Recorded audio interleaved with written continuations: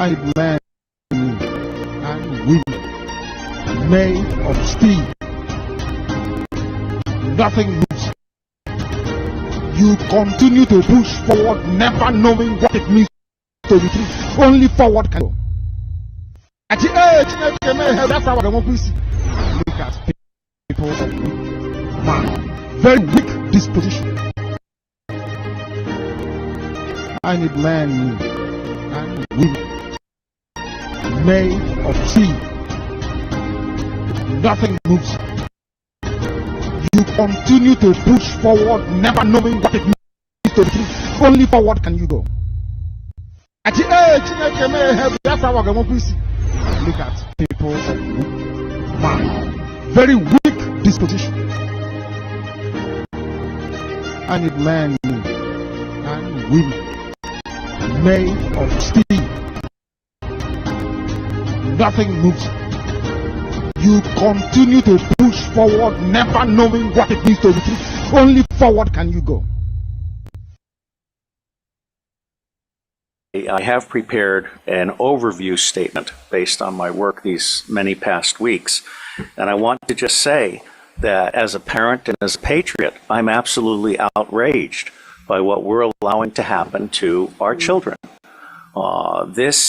Humanity is judged on how you treat the weakest member of the society.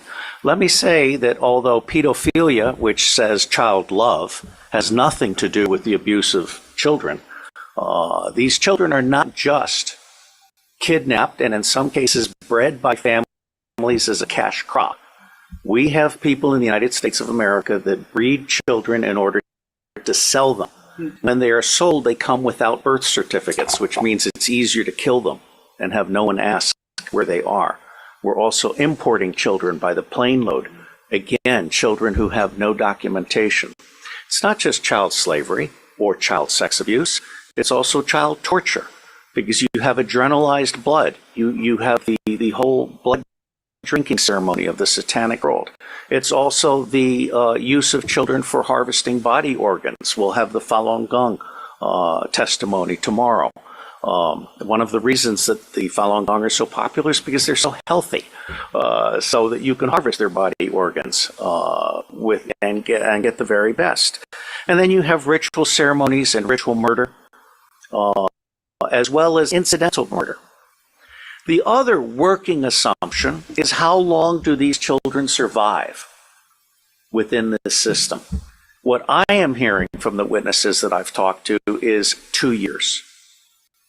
It may be longer, it may be 4 years, it may be 6 years, but by and large, these children are so abused. I mean, we're talking rapes by the hour, so forth, that they reach their expiration date within 2 years.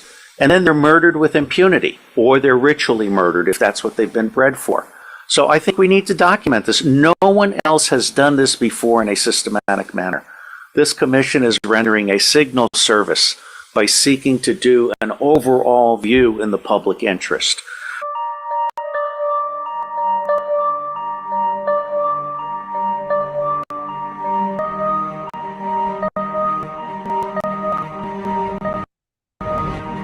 The greatest injustice of our time is widespread human trafficking and child sex abuse. And evidence is now mounting that this injustice may be far more sinister than before shared in the public domain, and lead to the highest reaches of religious, secular, and governmental world leadership. It is the hope and expectation of this court that the official commission report will act as the catalyst to a great awakening of people of the world to the horror of human trafficking and child sex abuse.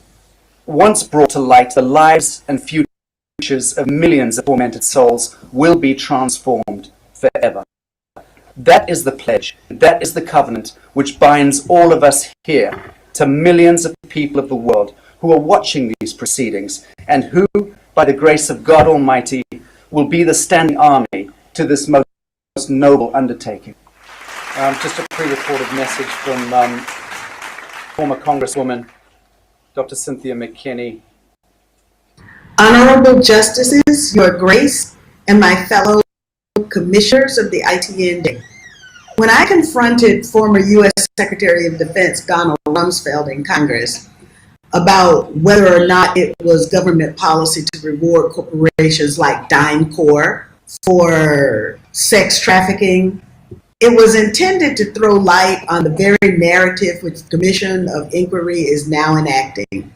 The horror of these atrocities and the suffering of millions of souls is made all the worse by systemic collusion of factions within trusted institutions, government agencies, child care services, social services, and even churches around the globe.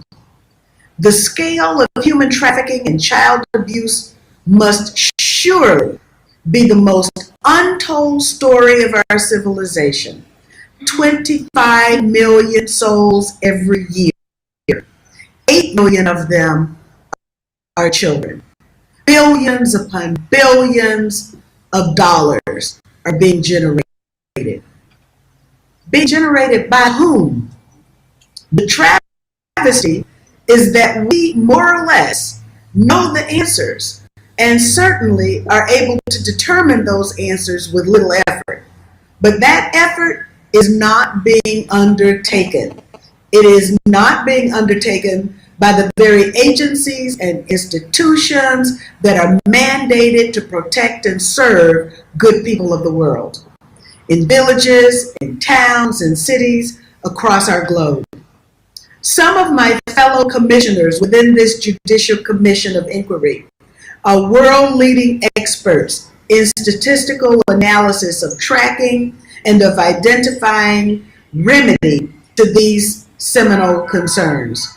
As this Commission of Inquiry unfolds, we will make known to the world the sheer scale of human trafficking and child sex abuse. We will not balk from this duty of care, and we will be joined by millions of people the world over, concerned citizens, concerned mothers, fathers, sisters, and brothers alike.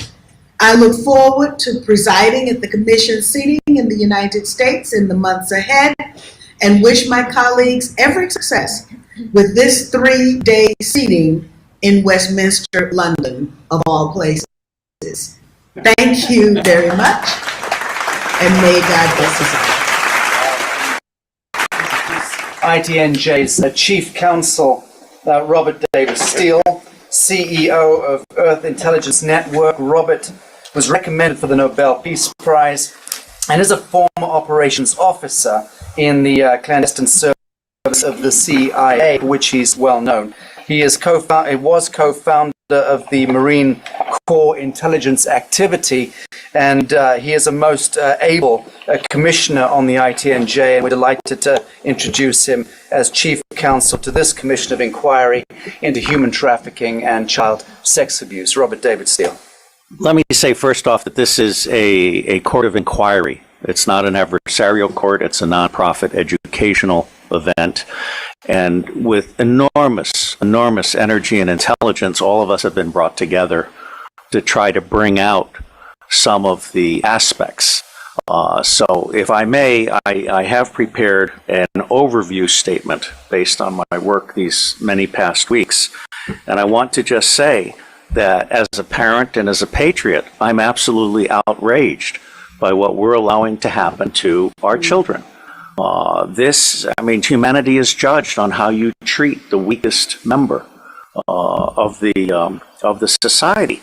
Let me say that although pedophilia, which says child love, has nothing to do with the abuse of children, these children are not just kidnapped and in some cases bred by families as a cash crop. We have people in the United States of America that breed children and sell them. And when they are sold, they come without birth certificates, which means it's easier to kill them and have no one ask where they are. We're also importing children by the plane load. Again, children who have no documentation. It's not just child slavery or child sex abuse. It's also child torture. because you have internalized blood. You have the whole blood drinking ceremony of the satanic world. It's also the use of children for harvesting body organs. We'll have the Falun Gong testimony tomorrow. One of the reasons that the Falun Gong are so popular is because they're so healthy, so that you can harvest their body organs and get the very best. And then you have ritual ceremonies and ritual murder, as well as incidental murder. I have been a spy. I'm out from undercover. I'm under a lifetime secrecy agreement. I absolutely tell you without doubt, I have no secrets that I can remember. When I go to Iran soon, they can torture me. There's nothing there for them to get. But I know the system. I've been a spy all over the world. I have created the Marine Corps Intelligence Command. I have trained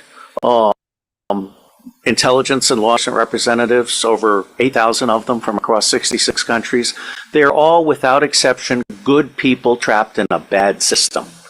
And one of the most wonderful things that this court could achieve, now that we've had a gate, for example, which opened people's mind, is we could achieve an opening of the public mind and an absolute imperative from the public to governments, including the U.S. government, which is the center of gravity in so many ways. I have found in my research in preparation for this court and all of the work that will follow that most organizations that end up being used to prey on children, Oxfam is a recent example, all of the United Nations organizations, the Boy Scouts of America, all of the child services agencies across the United States of America, they did not start out as organizations to prey on children, but they attract pedophiles. And ultimately, pedophiles end up rising in the ranks and controlling those organizations, so that an organization that initially started out in the service of children becomes an organization that is in fact hunting children. And one of our distinguished commissioners has written an absolutely wonderful book called Child Hunters, which I recommend to all of you as a brief on this. Governments are letting us all down. And I absolutely agree with the commissioner who brings forward the need to restore the sovereignty of we the people, because governments have become not only bureaucratized, but they are now the servants of the deep state, of the banks. And if I may, the deep state is not the same as the shadow government. As I say, every organization is 90% good people trapped in a bad system. It's the highest 10% that is generally the rogue killer element. The shadow government is generally politicians. I won't speak to England, but in the United States of America, we have a two-party tyranny, which disenfranchises 70% of the public. And so they run this chimera election process. One of the problems with computers is they're too easily manipulated. In the United States of America, elections are decided before the first vote is cast. The electronic voting machines are essentially fraudulent machines, just as computers can record a fraudulent judgment that sticks with you forever, or make a child vanish. I am concerned because most of these organizations dealing with children don't have counterintelligence protection. They're not vetting the people that are moving up in the ranks. And the government is allowing that to happen. So what you have essentially is the pedophiles generally appear to be the most wonderful social people. You know, let Sally sit on Uncle John's lap because he's such a loving uncle. Unbeknownst to people, Uncle John is actually a predator. We're not doing the counterintelligence at the local level, the province level, or the national level. It's absolutely essential that we begin to talk about this openly. And while we are not a law enforcement commission, we can in fact turn information over to law enforcement. And I believe we will render a signal service to the people of Great Britain and to other countries by being a magnet for information. It's been my experience that when you put out one piece of free information, it attracts 100 pieces of information from others, of which 10 are priceless. So there's a 10-to-1 return on investment. And this commission seeks to create an online library and some other things that I'll talk about in a moment. And I believe we will serve as a magnet, a hub, catalyst for a new emerging global consciousness about pedophilia and all of its aspects. There is great cause for alarm. There are two great causes for alarm beyond the actual fact of pedophilia and its existence, which, as His Grace has pointed out, has gone on for centuries. First, the elite appear to be seeking to infect local and provincial law enforcement officers with a taste for pedophilia. There appears to be a very deliberate attempt to push this interest in pedophile movies, including movies that include bestiality. I'm very concerned because we're seeing some snuff movies now, and we're seeing some movies in which military war dogs are raping children, including toddlers. And these movies may have come out of the American occupation of Afghanistan and the boredom of U.S. Army Marine Corps troops, where in Afghanistan pedophilia is common. It's a standard practice at the village level. But military war dogs plus common pedophilia and video cameras, which every U.S. soldier and Marine has, is a very, very toxic combination. And I'm seeing direct evidence that that is one of the most horrible things that's come out of Afghanistan in recent years. Now, let me also tell you that we have a second concern, and the witness has really most magnificently outlined asset stripping. The core message from this asset stripping is that the same machine that strips children from families strips wealth from those who are being preyed upon. Not just whistleblowers, but, as we'll hear on Wednesday, husbands stupid enough to try and hide their money by moving it offshore so that they don't have to share with their wife.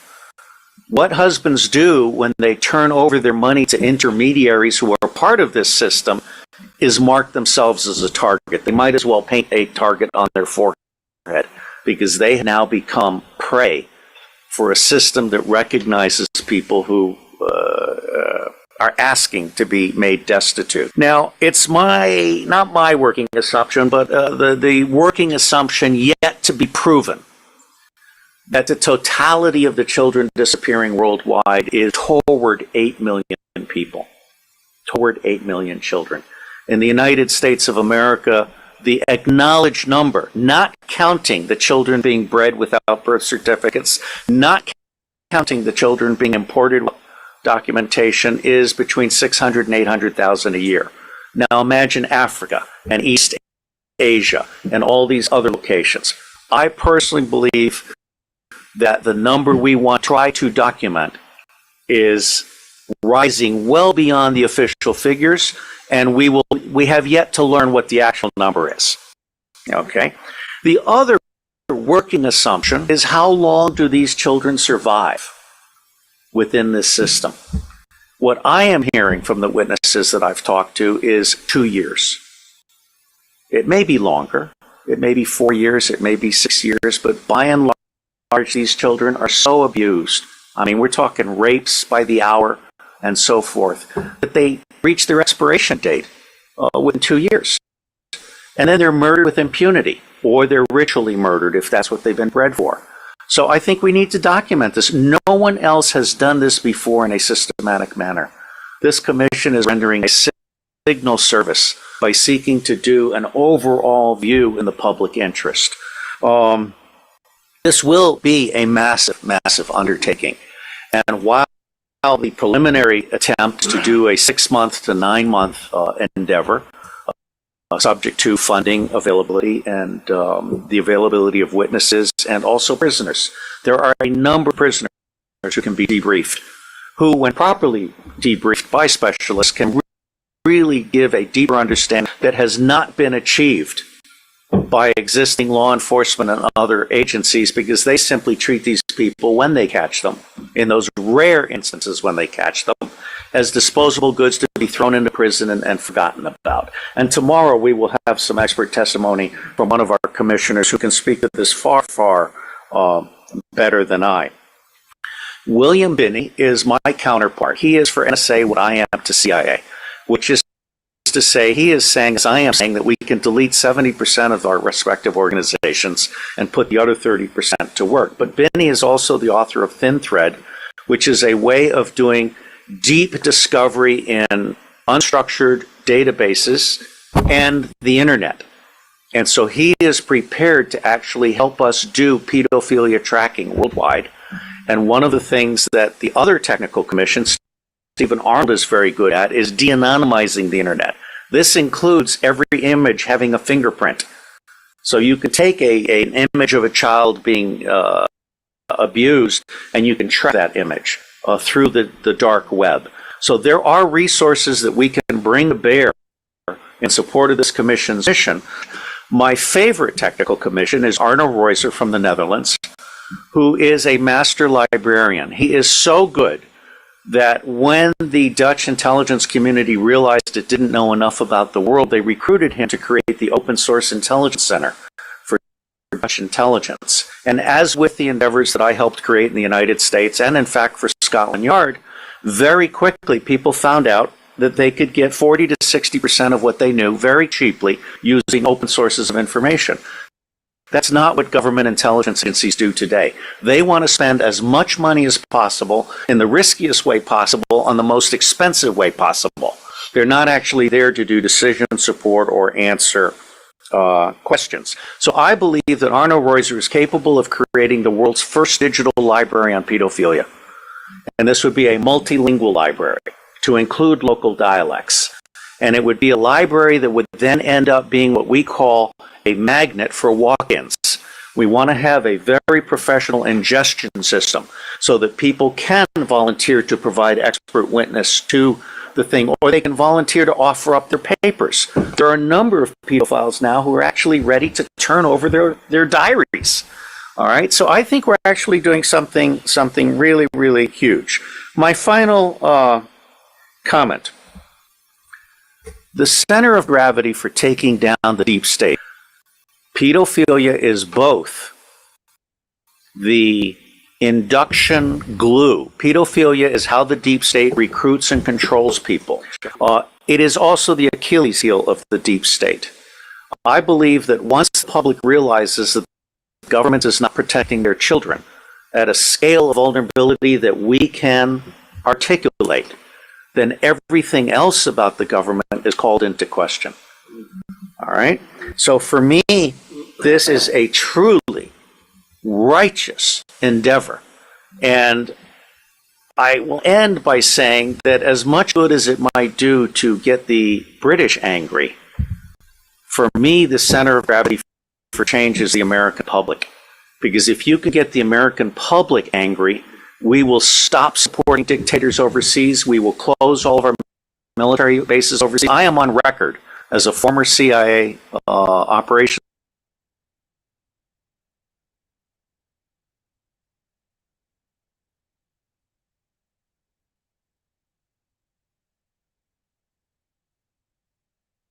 officers saying that our 1,000 bases overseas are not there for national defense. They're there to serve as lily pads for the smuggling of guns, gold, cash, drugs, and small children. So let me say I am proud to be in your company, and I believe that no matter what we do or do not do, it is going to make a difference. God bless you all.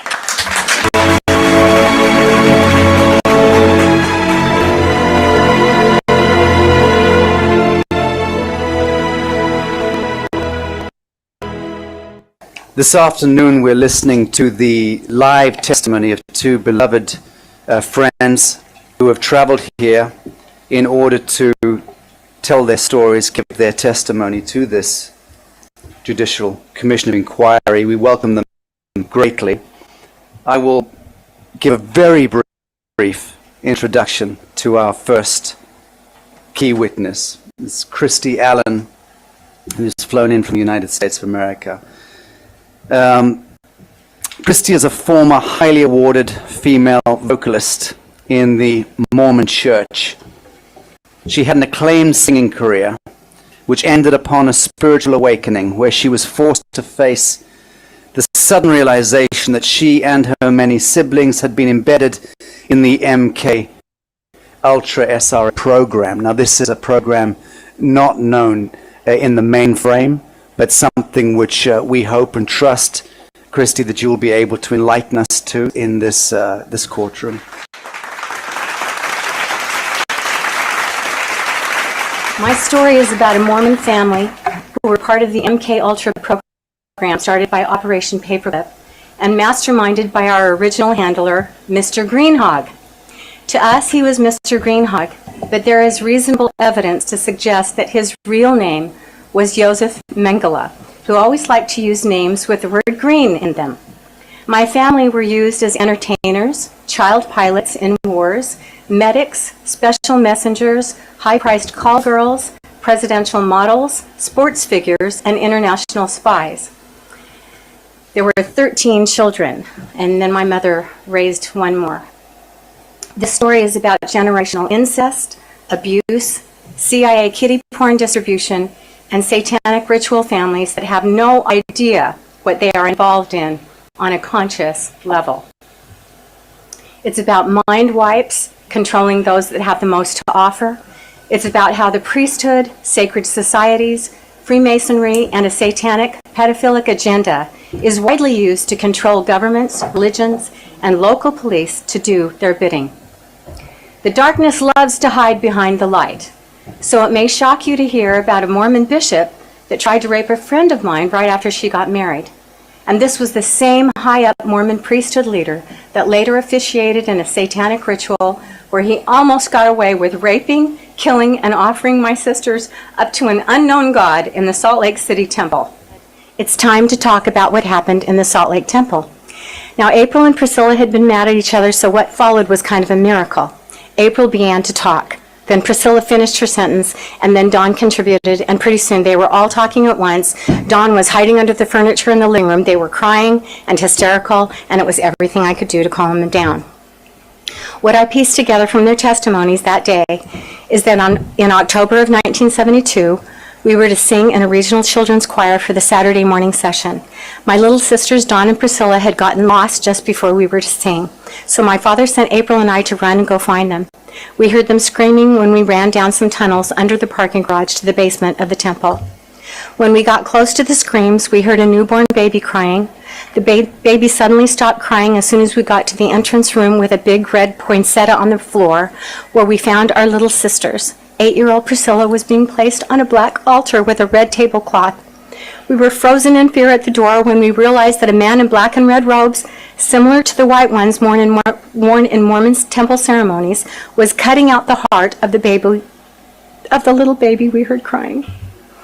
We knew that this man was a high-up leader in the church even then, but who eventually became the prophet of the church. This man recently died. He held a jeweled dagger as he held the lifeless body and tiny heart and took a bite out of it.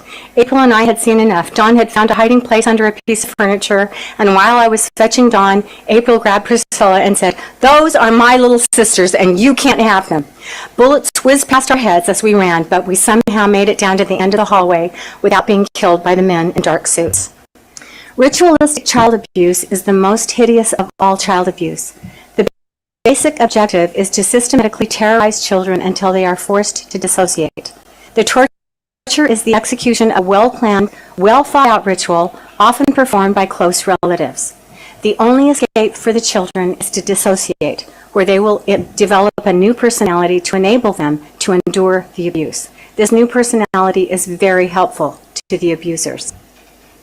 Once the abuse is over, the core personality is not conscious of what happened.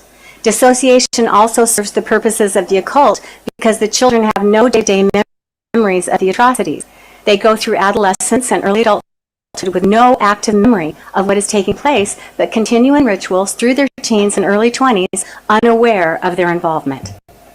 The victims lead relatively normal lives until they get triggered and flashbacks or nightmares occur. Now keep in mind that this is, and always has been, about money and power.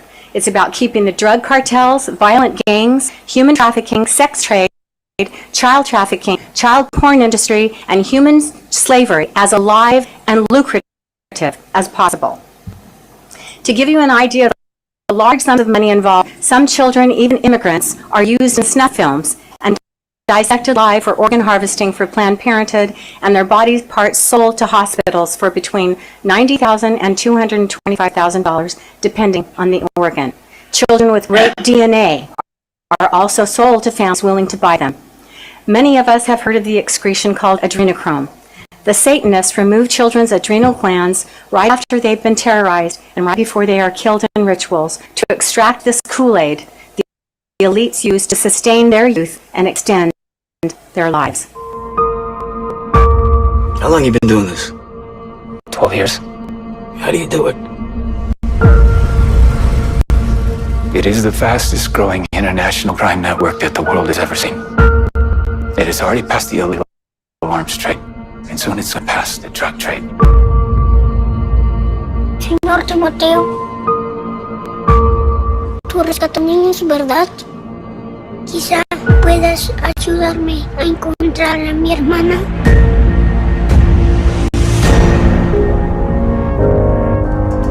Imagine walking into her room right now, seeing an empty bed. What would we do?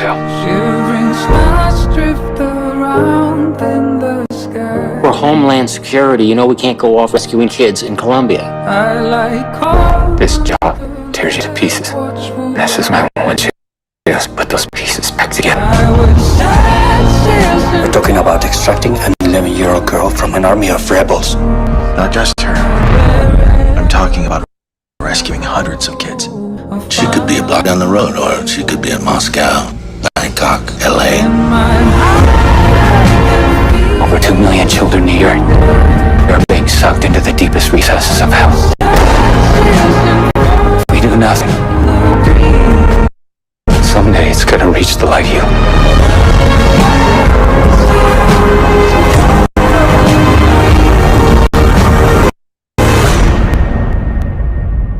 What if this was your daughter?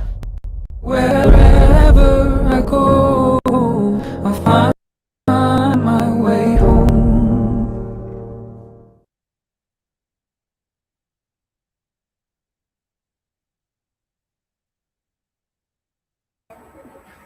Good morning, good evening, good afternoon to all Biafrans, depending on where you're listening from. You just listened to a documentary from where? From America. Child trafficking horror. That was a former CIA officer, along with eyewitnesses and testimony that confirms the horror being committed against 8 million innocent children, including sex slaves, organ harvesting, torture, adrenochroming, ritual murder, and breeding for pedophile predators. And these are carried out by who? These are carried out by the government officials, carried out by the pastors and bishops, carried out by the rich men and women, and the story goes on and on. We played that video because of what? Because of Bill Gates, because it has to connect with him. His slavery and his plan of organ harvesting in Nigeria, the one that has been done before and the one that he has come back to do. So we welcome you all. We are here to make you understand the reasons why Bill Gates is in Nigeria, connecting the dots. This message from this man on the screen that you see now, which we spoke about before, that Bill Gates was behind it, that was in the former administration. Now they have seen that Tinubu is in power now and could be a useful tool to the actualization of this organ harvesting in Nigeria again. That is why they have come to continue from where they stopped. With me in the studio is Maazi Batokrai, the minister, Biafran Voice 247. Chuk's Survival was here before, but network kicked him out. Maybe he'll be back. We have Bam Bam Bam there. We have Adadi Ramma there. We have Gaddafi. And many others that I may not remember all the names here now. So, Batokrai, you have the mic. Say some few words to Biafrans before we move. Thank you, Biafrans. Good evening everywhere you are, morning or afternoon, depending. Here for me is a wonderful good evening here, and it's good to join you people again to have this real dispensation that we are bringing to our people all over the world. Sonny Abarawa, thank you for having me in the show. Thank you again, Brother Ugo, the Minister of Information, and Wada Biafra. I greet you. I thank you for everything that you are doing to make this media revolution to carry on going. God bless you. Thank you, Biafrans, from here. This Biafra battle cry. Thank you, Mazi Batukrai. Then we have our minister, Mazi Ugo 247, the man with the fire. Mazi, greet Biafrans.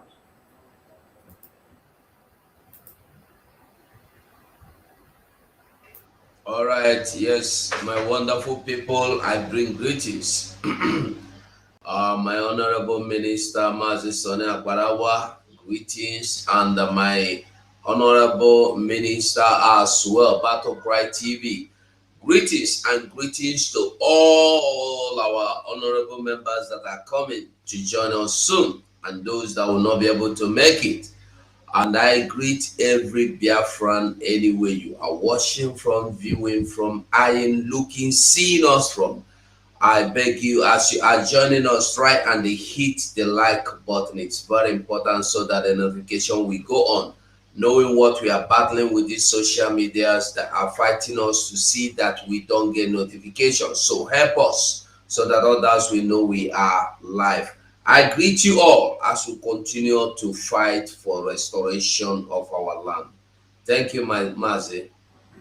Thank you, Mazugo. Super greetings to our indomitable leader, the Omadike one of Biafra, and super greetings to Agune Chamber one of Biafra land, our PM.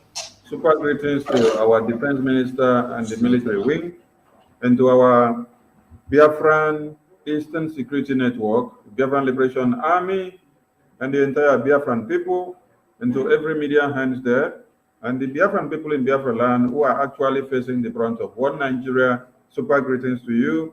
We applaud your courage and your synergy, your consistency, and your steadfastness and focus on Biafra, and also to show your displeasure on what the Zoo government are doing by making sure you record your sit-at-home endorsement of referendum on every Monday.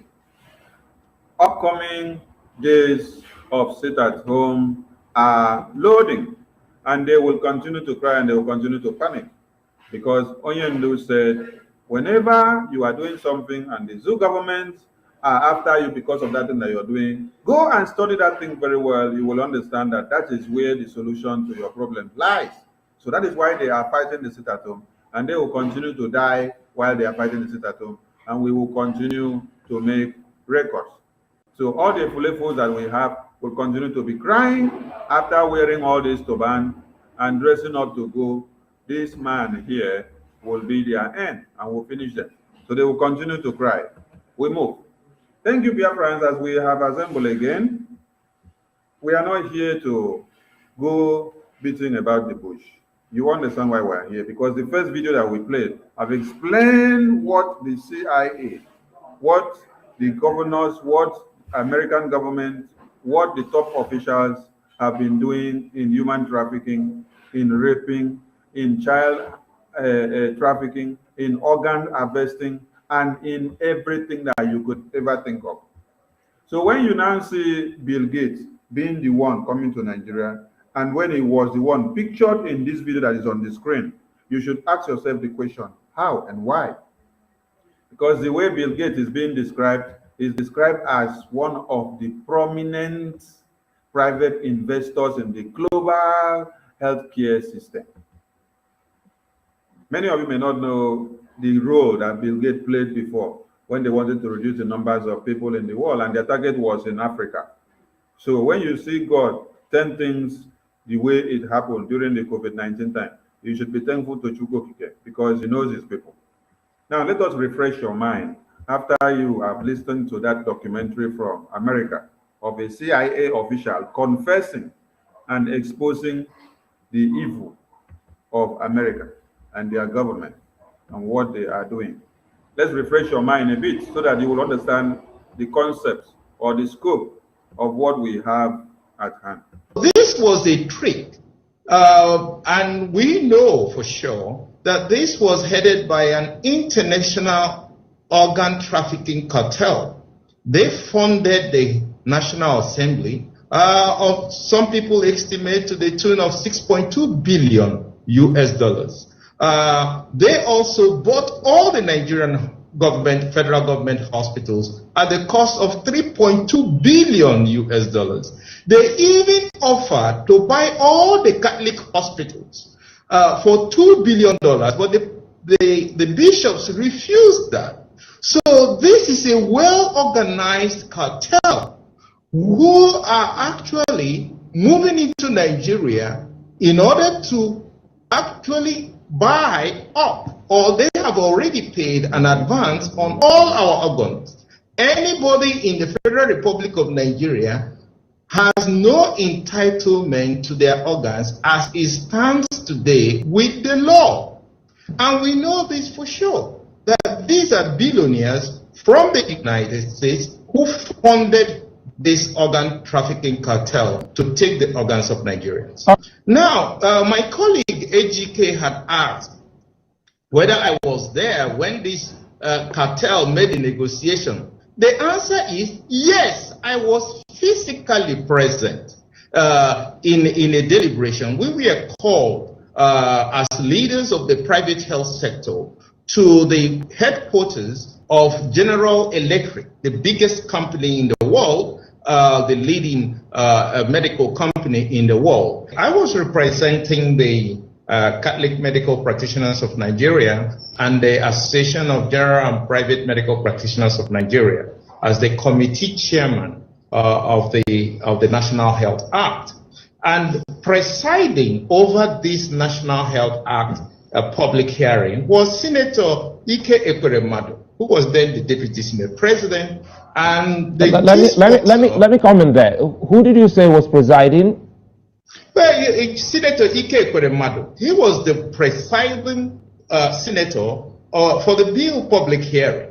And the sponsor, the chief sponsor, was Ifeanyi Okowa, now governor, but then Senator Ifeanyi Okowa. And just sitting by his side was also Dr. Chris Ngige, so who was then a senator. So all of them were there, and I made this argument directly, pointing out Section 48, that Section 48 makes an exemption that is impossible. You don't exempt, there is no situation in medicine where you can overrule or say the consent is waived. Consent is never waived. It could be transferred to the next of kin, but it's never waived in any situation. That is part of the Helsinki Declaration.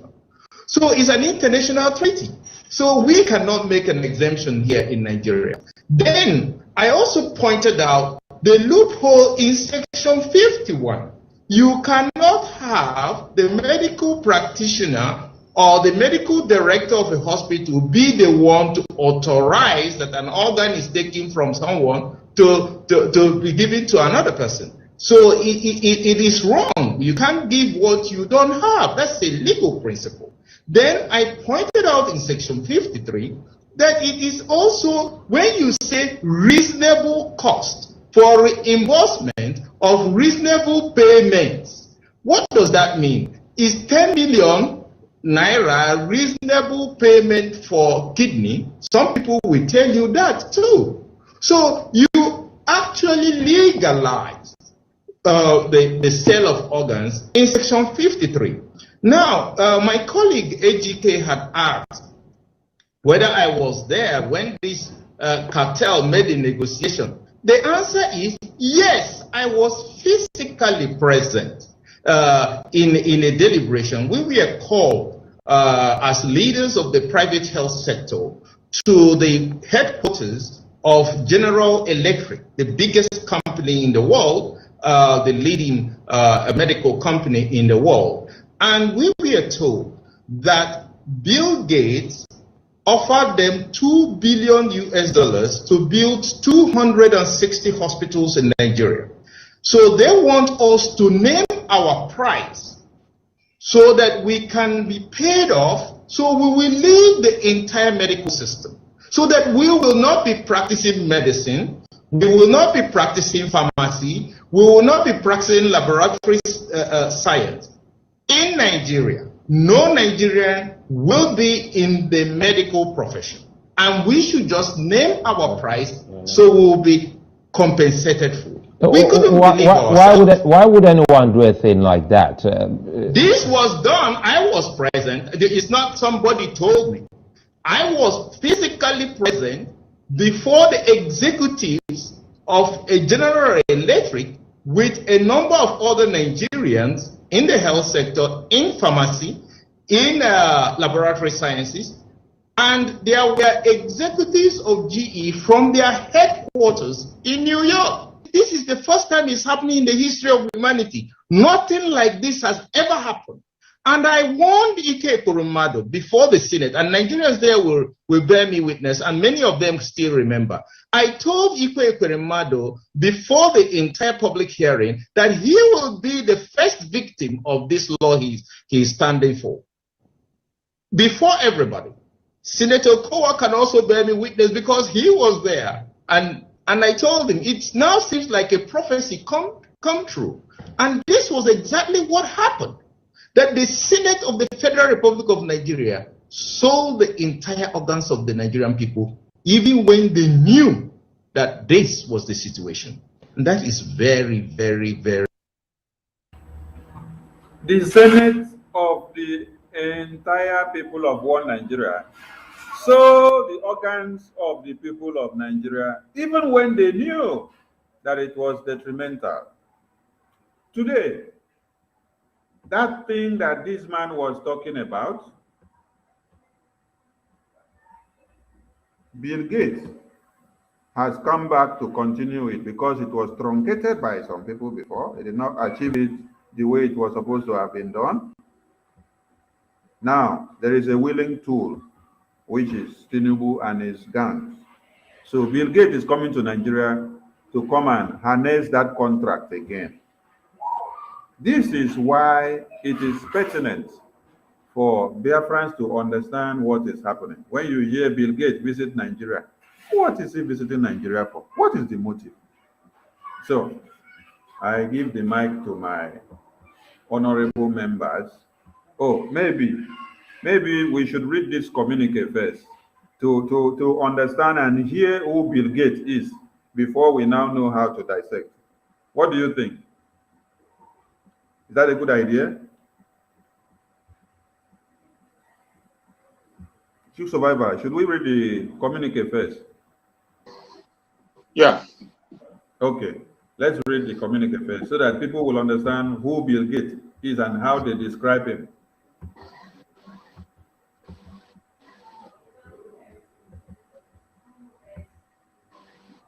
Okay, healthcare development. Bill Gates to visit Nigeria days after Tinubu announces advisor on health. Mind you, he has visited because this communique came on the 17th. So he has visited Nigeria and the photo is making the rounds. Today. Who knows what they have signed to power? So BMGF said the visit is part of the commitment to work closely with the communities and leaders to support innovation that can help accelerate progress and improve lives across Africa. When they tell you like this, what it means is to improve on how they can harvest your organs. So let's read down.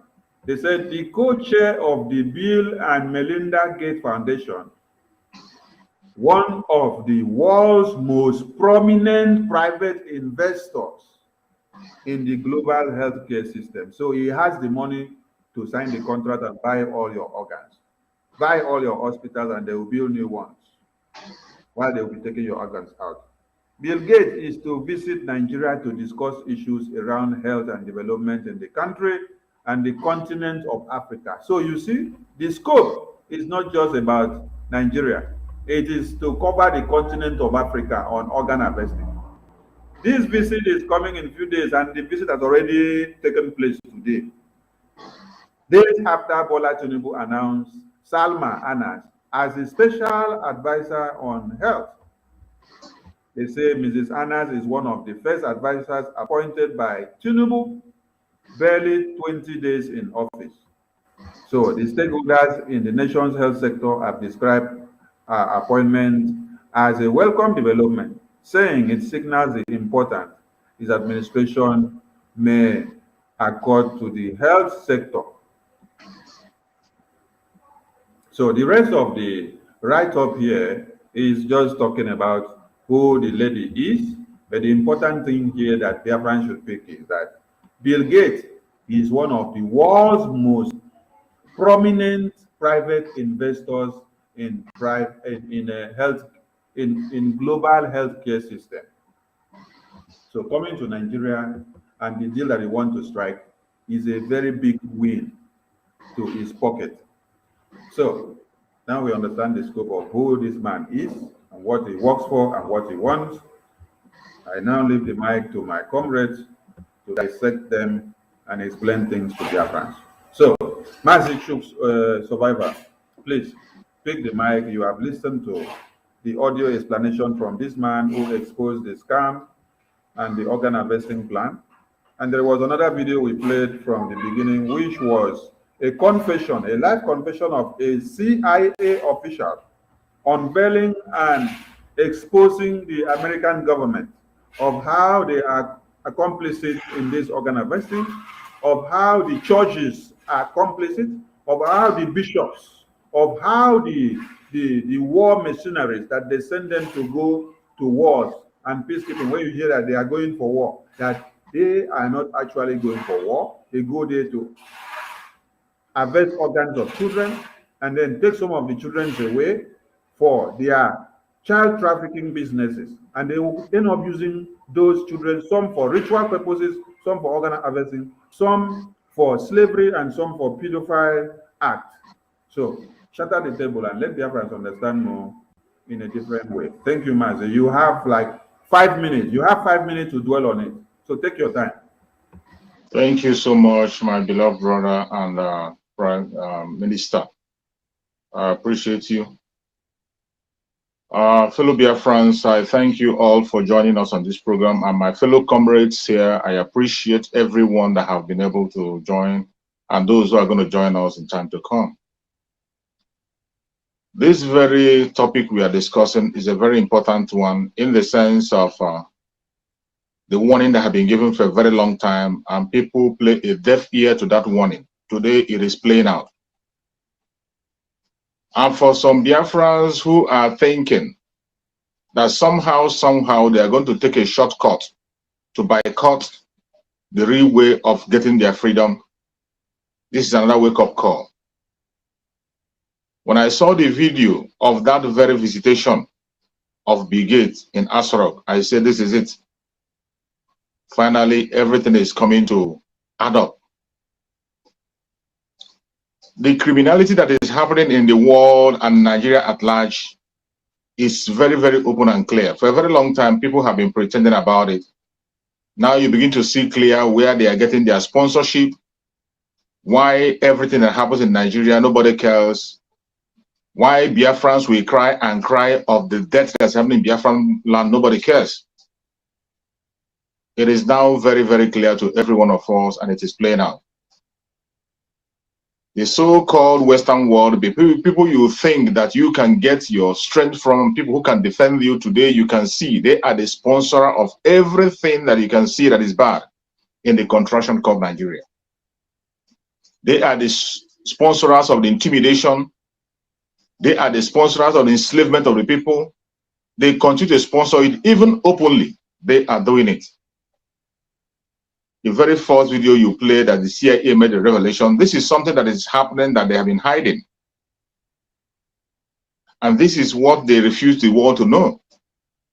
But at every point in time, Chukwu Okike will force them to speak out the truth. When I saw Brigade in Asarok, I knew that that is a danger.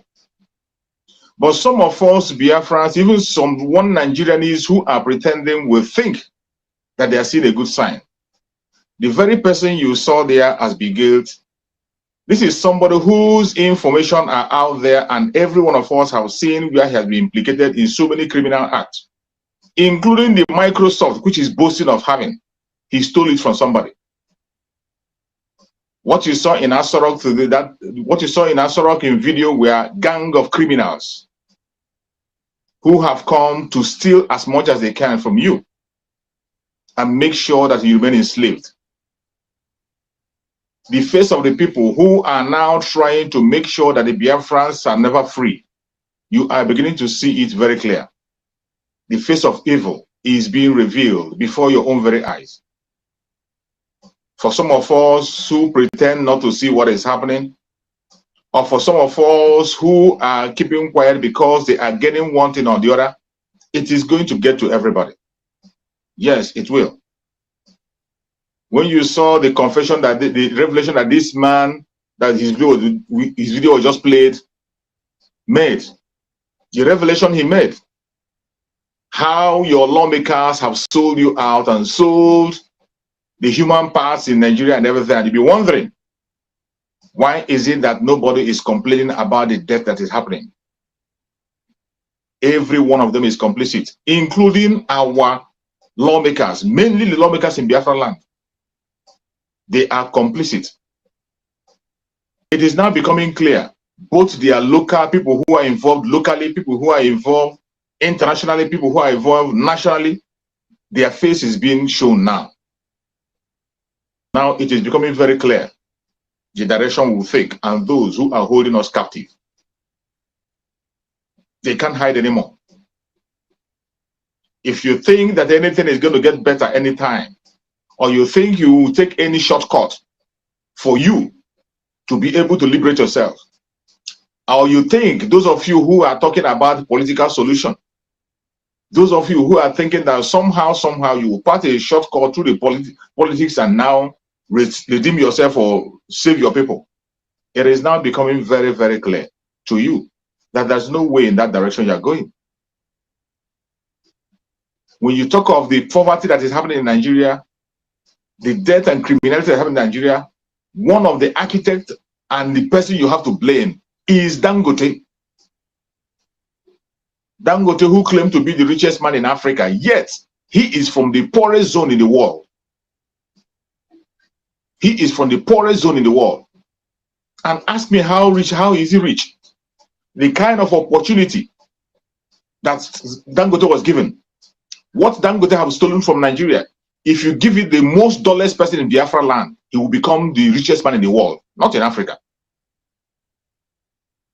Take the opportunity that was given to Dangote and give to the dumbest person in Biafra land, he will become the richest man in the world, not just in Africa. These are the people who are cooking up all the criminality you are seeing, cooking up all the fraud you are seeing, including the fuel hype you are seeing today. When they tell you they have removed subsidy and increased the price of petroleum to 400 plus, almost 500. These are the face of the people doing it. They told you that Dangote has built his refinery. A refinery that the Zoological Republic said that their country cannot be able to build. Yet, they borrowed Dangote money to build it. Look at them gathering up. Government of the billionaires for the billionaires. These are people who everything they lay their hand up is fraudulent. These are the main people that legitimize fraud, including Bill Gates himself. Some of you forget very soon about the COVID-19. Some of you have forgotten very soon how the world economy was destroyed, in which this very Bill Gates was involved fully because of his envy, because of his greed. The whole world turned upside down, and people are still suffering the impact up to today. There are so many other countries in Africa where he has planted an evil seed of destruction to destroy the life of the young one, all in the name of foundation. There are so many revelations about him. This is not somebody who will come to your country and you begin to celebrate. No, not at all. Even in the United States, there are campaigns in the United States to bring him down and lock him up for life. But yet, out of everybody, that is the person, the drug baron, who they have chosen, have also chosen to come and visit him. And they made their secret agreement and signed whatever they signed within themselves, which they never showed to anybody. Not until when their plan begin to unveil, then you'll be surprised what they signed up for. Every Biafran, wherever you are, this is a wake-up call. You have to prepare yourself. We don't have any more time to wait. There is no more time. What is happening now is the face of evil is being revealed. Every single one of them that is involved in what is happening, you are seeing their face being revealed. Just check the kind of people that Tinubu have been inviting to Asorok since he entered. He started from the talks. The pig in the creek he brought into Asorok. A thug, a tout, a murderer. Those are the class of people he's assembling. He assembled them locally, he assembled them nationally, and he assembled them internationally. But some people are not paying attention. That is the difference between those of us agitating and those who call themselves human rights activists. We are 1,000 miles ahead of them. We see the end of a thing from the beginning. As soon as they started, we see the end of it, and we'll begin to shout and cry. While those who claim to be human rights activists will be pretending. Even when they know the truth, they will not have the boldness to speak the way we are speaking raw. They will always try to be politically correct. But if you want to be alive, if you want to have a solution to your problem, you listen to the agitators, mainly the Biafra Republic government in exile and the media. That is where you get the raw information, where you will know where to follow, where to go, and what to do. If you are one of those, part of those who is celebrating the presence of brigades in Asorok, that means you don't love yourself. That means you're not paying attention. And that is the problem with most of us, Biafrans, most of the black people. They are not paying attention to events. We forget things so easily. When something happens, the next minute, it has been forgotten. And people begin to say a difference is not together. They begin to go about their businesses as if it's business as usual. Why things are going wrong. This is the situation we have seen again and again, again and again. But yet, when this situation presents itself, people pretend not to know that it is happening. I say it again. The face of evil is being revealed to Biafran people. The face of evil is being revealed. It's led for you to pay attention and guide your belt very tight. We don't have any more time. Everything you see in their conventional media, in social media, is to tell you that the time is up. We have overstayed our welcome in the Zoological Republic and we have to move. We have to move. And every one of us should thank Chukwu Okike for giving us the kind of leaders he has given us. For giving us the people that given us, starting from our Supreme Damasin Nnamdi Kanu, who started to cry earlier than now when nobody knew what was coming. When nobody knew what was coming, he began to complain, he began to cry, he began to sensitize people, he began to call on people, and so many of us had his voice. Not only Biafran, so many people wake up through his message. And when they saw that he wasn't going to give up, they took him away from us. And today, we have somebody who is now speaking exactly the same word of Mazen Nnamdi Kanu. Somebody who is building on the foundation led by Mazen Nnamdi Kanu. And it is the same language that we're hearing on a daily basis. Wherever you are as a Biafran, there is danger. When you see the people you are seeing in Asorok, people that are giving invitation, you have to prepare yourself and know there is danger. And don't forget, when this man in Asorok was campaigning, he told you that he will continue with the legacy of late Muhammadu Buhari. He said it. That he will continue with the legacy. And I can tell you that the same way the late Muhammadu Buhari hated the Biafran people, that is the same way this man in Asorok today hates the Biafran people. The same plan. The same way. That is how they hate Biafran people. And they don't just hate us, in silence. They hate us openly, and they will do everything possible to see that we have been wiped away. When we are talking about organ trafficking, you have seen our Prime Minister have made revelation several times about the way the organs of our people in Biafra have been trafficked all the way to Western world. And you'll be wondering, how comes? Who are those buying these organs? Who are those who need organs? Today you are seeing confession coming right, left, and center. And finally, you are seeing the people who are involved appearing in Asorok. These are the people who feel that they can control the world. They can control the population. He's not hiding it. He has said it several times. He has tried it with vaccine.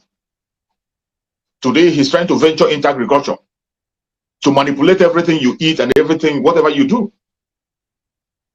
And that is the same person you are embracing in your country, and you are celebrating his presence in your country. You don't know what you're doing. These are people who are interested in manipulating other people. How can you tell me that you are the richest man in Africa, yet in your own area, that is where you have the poorest region in the world, not just in Africa? Then how rich are you? How rich are you? When you look at the foundation on how he made his money from A to Z, you can see the intimidation he has done. You can see how he has monopolized everything for himself through the government.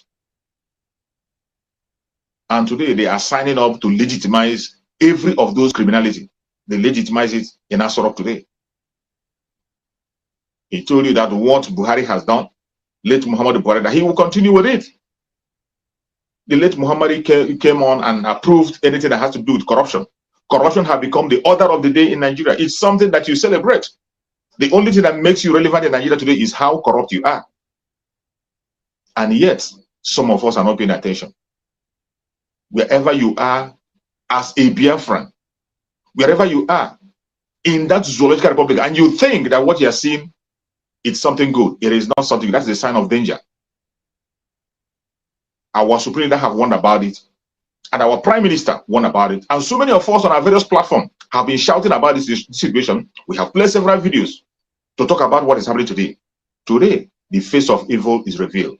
The earlier we wake up, the better for us. Thank you, my Minister.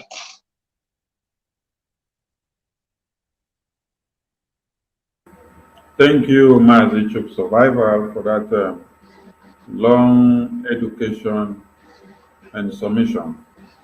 It has really expanded the scope of things for people to get the understanding of what we are trying to do here. Now, let me read something from the video that we listened to earlier. They said, how long do these innocent children survive within the child trafficking system?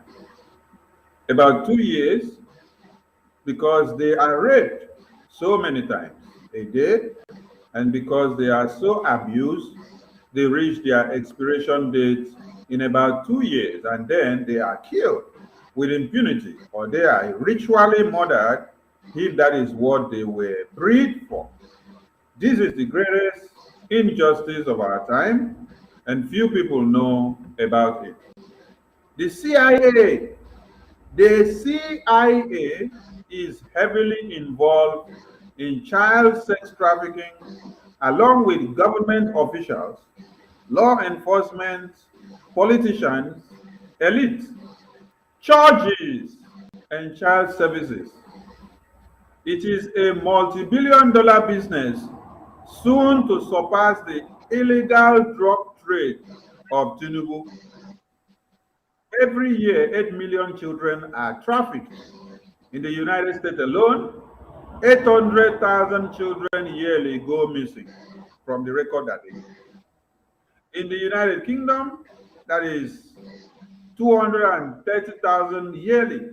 And in Germany, it is 100,000 yearly.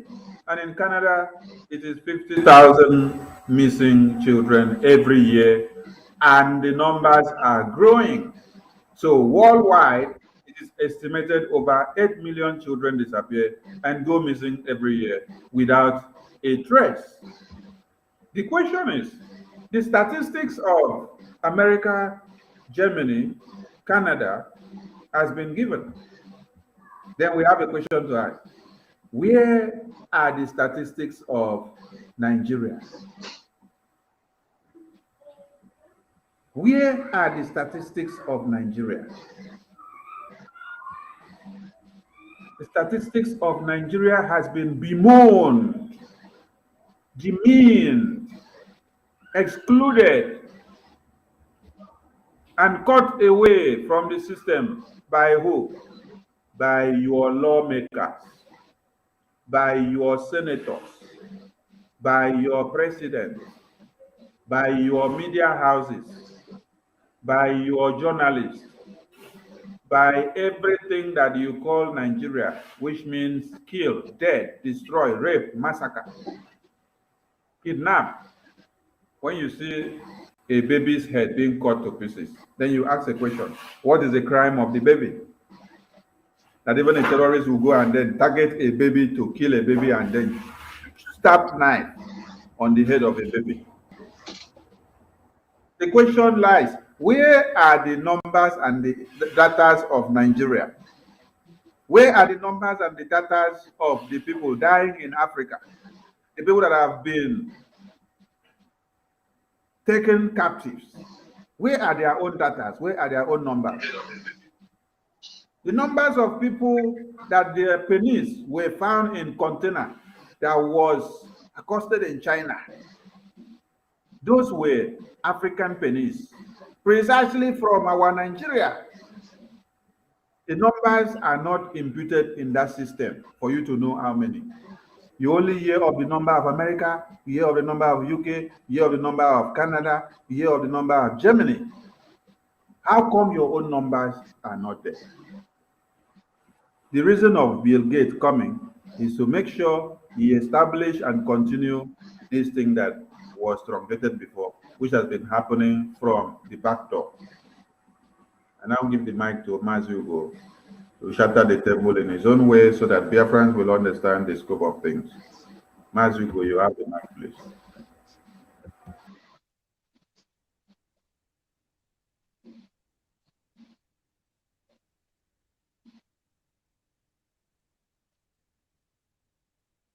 Mazugo, can you hear me? Mazugo, can you hear me? It seems Mazugo cannot hear me. I don't think he's hearing. Mazugo, it's like you're muted.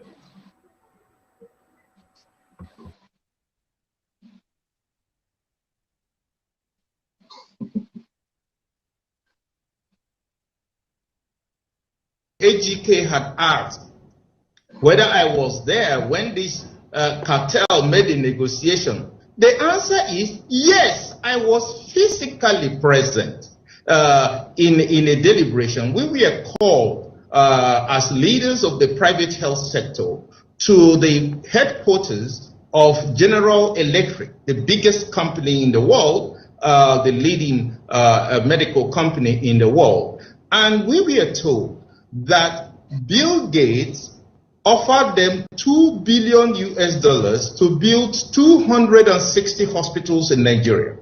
So they want us to name our price so that we can be paid off, so we will leave the entire medical system, so that we will not be practicing medicine, we will not be practicing pharmacy, we will not be practicing laboratory science in Nigeria. No Nigerian will be in the medical profession, and we should just name our price so we will be compensated for. We couldn't believe ourselves. Why would anyone do a thing like that? This was done. I was present. It's not somebody told me. I was physically present before the executives of a General Electric with a number of other Nigerians in the health sector, in pharmacy, in laboratory sciences, and there were executives of GE from their headquarters in New York. This is the first time it's happening in the history of humanity. Nothing like this has ever happened. And I warned Ike Kurumado before the Senate, and Nigerians there will bear me witness, and many of them still remember. I told Ike Kurumado before the entire public hearing that he will be the first victim of this law he's standing for. Before everybody. Senator Kowa can also bear me witness because he was there. And I told him, it now seems like a prophecy come true. And this was exactly what happened. That the Senate of the Federal Republic of Nigeria sold the entire organs of the Nigerian people, even when that the Senate of the entire one Nigeria sold the entire organs of the Nigerian people. And Bill Gates is here to come and continue it from where they stopped before. Mazuko, can you hear us now? Okay, please use your time to shatter the table and connect the dots for us, please. Thank you. Well, Biafrans, I must say thank you once again. I'm having some allergy, so I may not be speaking for long. Well, I don't know. All these things happening, I want us to go back. Remember Ebola. Remember Ebola. Ebola in Africa never had cure till today. But in America, in Britain, it has cure. If you remember well, all the medical personnel that came to Africa to manage, treat Ebola, that were affected, they did not get cure here in Africa. They were taken to Britain and America, and there they get cured. And that Ebola reduced a good number of Africans, mainly Liberia and other African countries. Then now, COVID, and the COVID did not penetrate into Africa the way they expected. And now, I want you to find out by yourself, who is Bill Gates? Is Bill Gates a medical doctor? Is Bill Gates working with United Nations? Is he a member? Is he a member of UNICEF? What is the role of Bill Gates? Is he a medical researcher? Now, how can Bill Gates, that did not do medicine, tell us that in so year there will be a pandemic? And look at the level of this pandemic. Look at how it will work. Look at how many people we are expecting it to kill. How managed did Bill Gates know? Because he had already strategized what will happen. And then you see the organ harvesting. If you watch the video, I didn't watch it from the beginning, but from the little we watched, there are things that are not good to show in the public social media. You see little children organs being harvested. You see films. One thing we must know is that all these movies we watch, most movies are true stories. Now, the same Bill Gates is in Nigeria. Not only in Nigeria, in Aso Rock. Doing what? This is the question you should be asking. What did Bill Gates come do for Nigeria? He come Aso Rock, come tell them how they go build gadgets to monitor their oil. I been come Nigeria Aso Rock to tell them how they go use electronically and technologically manage, and they have something like a drone that will be controlling where terrorists are going to kill people and to find out those that kill people. No, he come to do something that could not be disclosed to you and me. And that thing that could not be disclosed and will never be disclosed, that will only manifest when you go see them. and you no go understand them. Now that thing be the new Nigeria where we dey talk about. And that new Nigeria where we dey talk about, those people where they pray for that new Nigeria, the new Nigeria is here. By the time you get into the phase one of the, people are thinking that you already inside. No, the new Nigeria has never begun. By the time the new Nigeria starts, nobody go tell you. You no go understand them. You no go know them. The gate has nothing to do with any medical practitioner. The gate no get hospital, but in the sponsor hospitals in our land, in Africa. Mother, let me hold it here, I beg, because my nose is not allowing me. Thank you, Mazi. Thank you. Mazi Batukrai, are you there? As we go on, I'll be reading this article one after another for people to get something. They said children are being cut open while they are alive, and their organs are being sold for up to $225,000. Organ harvesting. Organ harvesting. So when you see them come to Africa, they are coming for real business. When you hear that they want to come and take over the contract of building all the hospitals, so that all the medical practitioners will just sit down like zombie, then they will now control the medical system. You should understand the business they are going to gain from it. You should understand that if they should spend $100 billion or 100 billion naira to build hospitals in every community, that they will make out that money within 1 month. They will make it out within 1 month. Because by the time they now cut children and babies and old people and young in their hospitals and then remove one organ they will be selling, it will be worth $225,000. $225,000. So you can see how pathetic it is, and you can see how lucrative the business is to them. Who will not go into a big business? That is why Ike Kweremadu was very good in making sure they pen down those documents, because he knew what he will stand to benefit.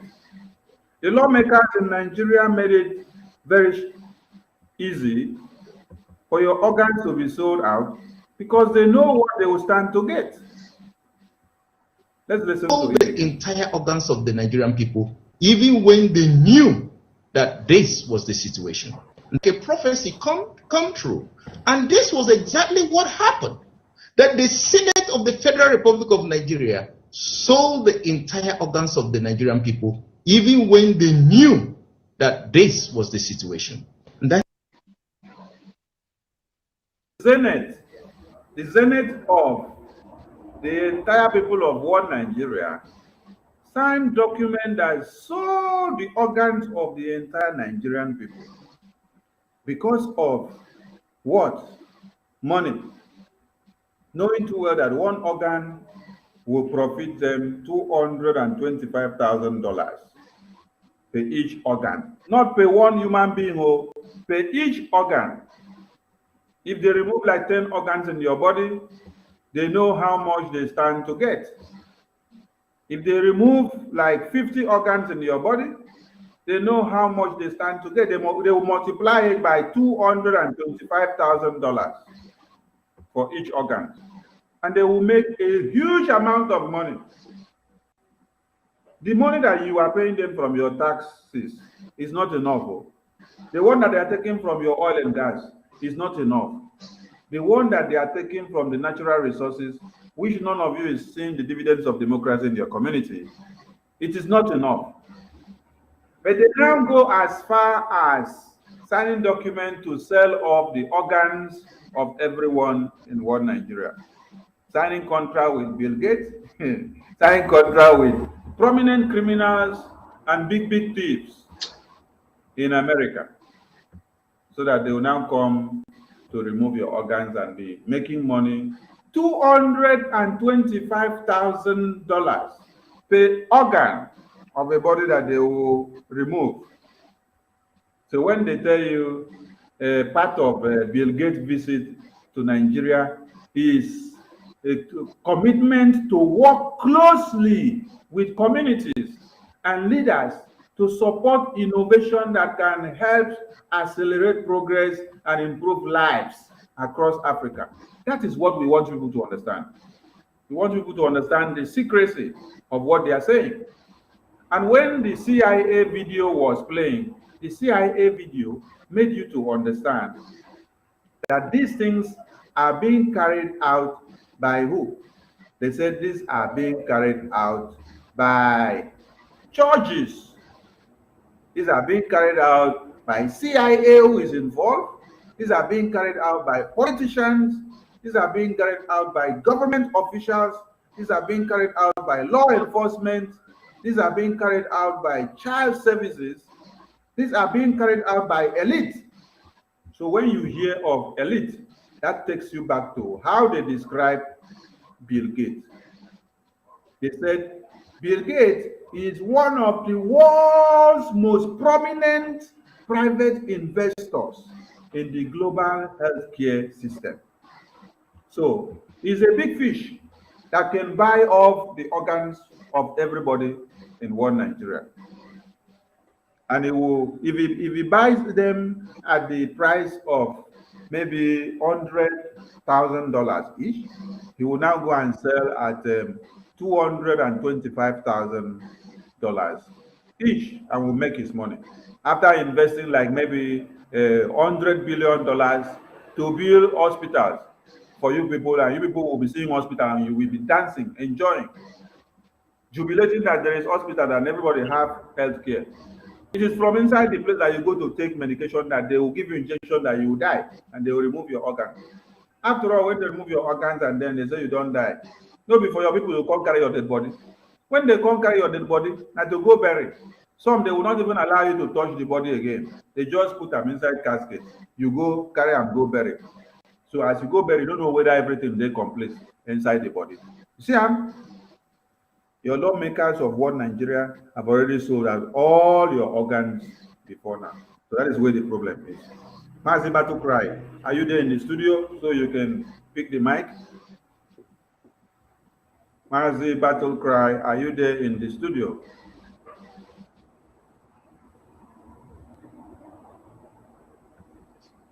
Mazi Battle Cry, are you there in the studio? If you're not there in the studio, let's refresh the mind of our audience before we go on again. This was a trick, and we know for sure that this was headed by an international organ trafficking cartel. They funded the National Assembly, of some people estimate to the tune of $6.2 billion US. They also bought all the Nigerian government, federal government hospitals at the cost of $3.2 billion US. They even offered to buy all the Catholic hospitals for $2 billion, but the bishops refused that. So this is a well-organized cartel who are actually moving into Nigeria in order to actually. Now, when you listen to this man now, he made mention of Catholic bishops and churches, right? He made mention of local hospitals. He made mention of the government of one Nigeria. So that connects the dots to what the CIA video said, which said the government of the day are involved, the law enforcement are involved, the politicians are involved, the elite are involved, the churches, ulo chineke are involved, and the child services are involved. So you understand where the dots are connected. Buy up, or they have already paid an advance on all our organs. Anybody in the Federal Republic of Nigeria has no entitlement to their organs as it stands today with the law. And we know this for sure, that these are billionaires from the United States who funded this organ trafficking cartel to take the organs of Nigerians. Now, my colleague AGK had asked whether I was there when this cartel made the negotiation. The answer is yes, I was physically present in a deliberation. We were called as leaders of the private health sector to the headquarters of General Electric, the biggest company in the world, the leading medical company in the world. I was representing the Catholic Medical Practitioners of Nigeria and the Association of General and Private Medical Practitioners of Nigeria as the committee chairman of the National Health Act. And presiding over this National Health Act public hearing was Senator Ike Ekweremadu, who was then the Deputy Senate President. And let me comment there. Who did you say was presiding? Well, Senator Ike Ekweremadu, he was the presiding senator for the bill public. Mazi Batukrai, take the mic and give your submission, because our PM is live and started playing jingles. So before we start speaking, we'll bring him up. All right. So take the mic and give your submission. All right. Thank you again for having me here. Let me quickly just make this submission. First of all, let me apologize because I just left 10 minutes ago and just came back because I have a few things. Take your time. Take your time and feel relaxed. Take your time and feel relaxed. All right. Thank you very much. So as things are going on here, talking about those who are behind the trafficking, or those who are, instigating a global human trafficking or maybe child abuse, but come to this man called Biget to visit Nigeria days after Tinubu was announced this advisor on health. I keep asking myself questions, or sometimes when I come across a forum like this, I ask a very pathetic, or would I say a very ugly question: whether Biget has a degree in medical profession, where is he landed? How can someone come from a computer age and they jump into a medical field and we're discussing what should be obtainable? I don't understand it. So there must be a click. Either the globalists are using him as an instrumental, or they are using him to achieve their goals. I don't know. So now the two criminals are meeting together. The drug lord, who was rigged in the damnable Zoological Republic as a zoo president, are meeting a crook who is trying to depopulate the human beings on earth, and all that. So I don't know where they are going. The thing is that, can a blind man lead a blind man? The answer is no. Tinubu has no clue about medical field. Biget has no clue about medical field. So where are these people are driving to? And this guy, Dankote, is there. Okay, look at what is transpiring now about this man who is making an analogy here. I'm making some analysis about Ike Ekweremadu and Giga and all that. So you can see that there has been a heavy conspiracy behind the scene. And let me remind us again, there was one small clip we are playing before this program started about one CIA member or something who was confessing or testifying how they are being conspired about the life of people or something with child trafficking and all that, pedophile or not pedophile. So that can tell you that the wickedness of this world is from the top high-ranking political actors. That's where it's coming from. It's not from the common man. When they say common man is committing a crime, it's not coming from a common man. It's coming from the top. Because you see, the scripture said it in the book of Ephesians chapter 6 verse 12, that we wrestle not against the blood, but against power, principality, and rulers of darkness, and spiritual wickedness in high places. In that high places is a high political position. That's where they're operating from. It's a kingdom of darkness. So once they make covenant with the darkness, they will try to see how they can rule the world and how they can mesmerize the world. This way, they have no agenda for humanity. They have no color for destiny. They're only there to see how they can manage people. And God created this earth, give it to a human being just to operate. But one thing is missing. God did not tell anybody to manage his own fellow human being. He said he gave the earth to a man to have dominion. He didn't say have dominion over man.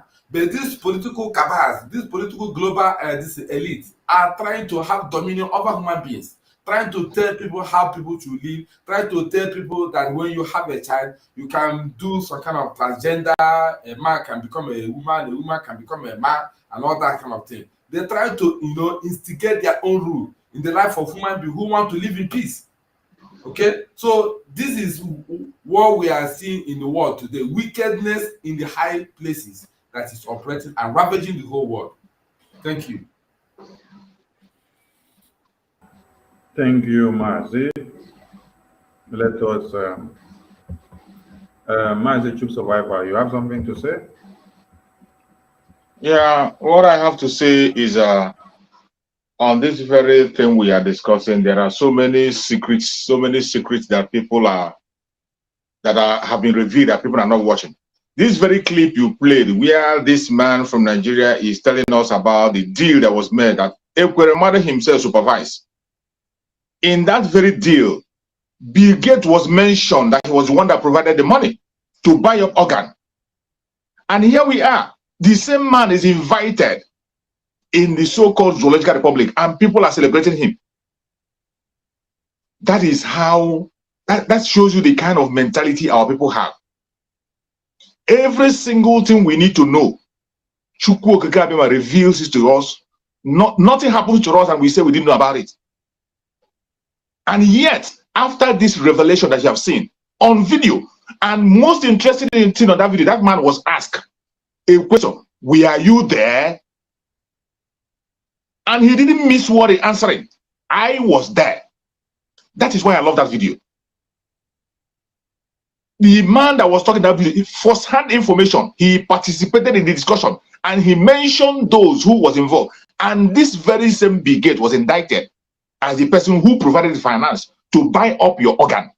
And all of a sudden, your government is coming to link him to your health, to medical selection. And people are not talking. And people are not talking. That is why sometimes people will say that it seems like a spell is cast on Nigerian people, but I don't think it's a spell. I don't think it's a spell. People are just docile and dumb. Every single thing that happens, Chukwu Okike Abịama in his infinite mercy, we push it to our faith. That is why I say every face of evil that we not be afraid of having exposed, they are not hidden. But why are people not paying attention? Go to the conventional media, go to the social media, and you see how they are praising the presence of this man who has come to destroy them. If they succeed in signing whatever I signed in secret, and they will tell you a different thing, after 5 years, by then we are gone. By then we win Biafra. We'll be hearing the story of what is happening in India, Nigeria. By the time we are gone, you will be hearing the news, how he has dealt with them. A businessman with business mindset that doesn't have anything, including the Microsoft he's boasting of. He stole it from someone. I don't know whether if you have the video. There was a video where somebody was interviewing him. The woman challenged him to his face that the Microsoft you are boasting to have, you stole it from somebody. The woman asked him, what contribution have you made to the world? In his own face. He got angry. He couldn't finish the interview. He got angry and he walked away. These are the kind of journalists. You can't have that kind of journalist in Nigeria. These are the kind of question that was supposed to be asked this man when he came to Nigeria. All those journalists came, and I didn't see him talk to the journalists. They were supposed to ask him, this video that somebody from our country attended a meeting where you brought money to buy up our organ, is that what you are now coming for? Since you are not talking about that, are you now coming openly to give us the money for our organs? But nobody will have that balls to ask that question. This question was asked by a journalist. The video is everywhere. Most of us have seen the video. If any one of us, Sonia, I don't know whether if you have that video, a very short clip, you can play, let them see. Please, let's see.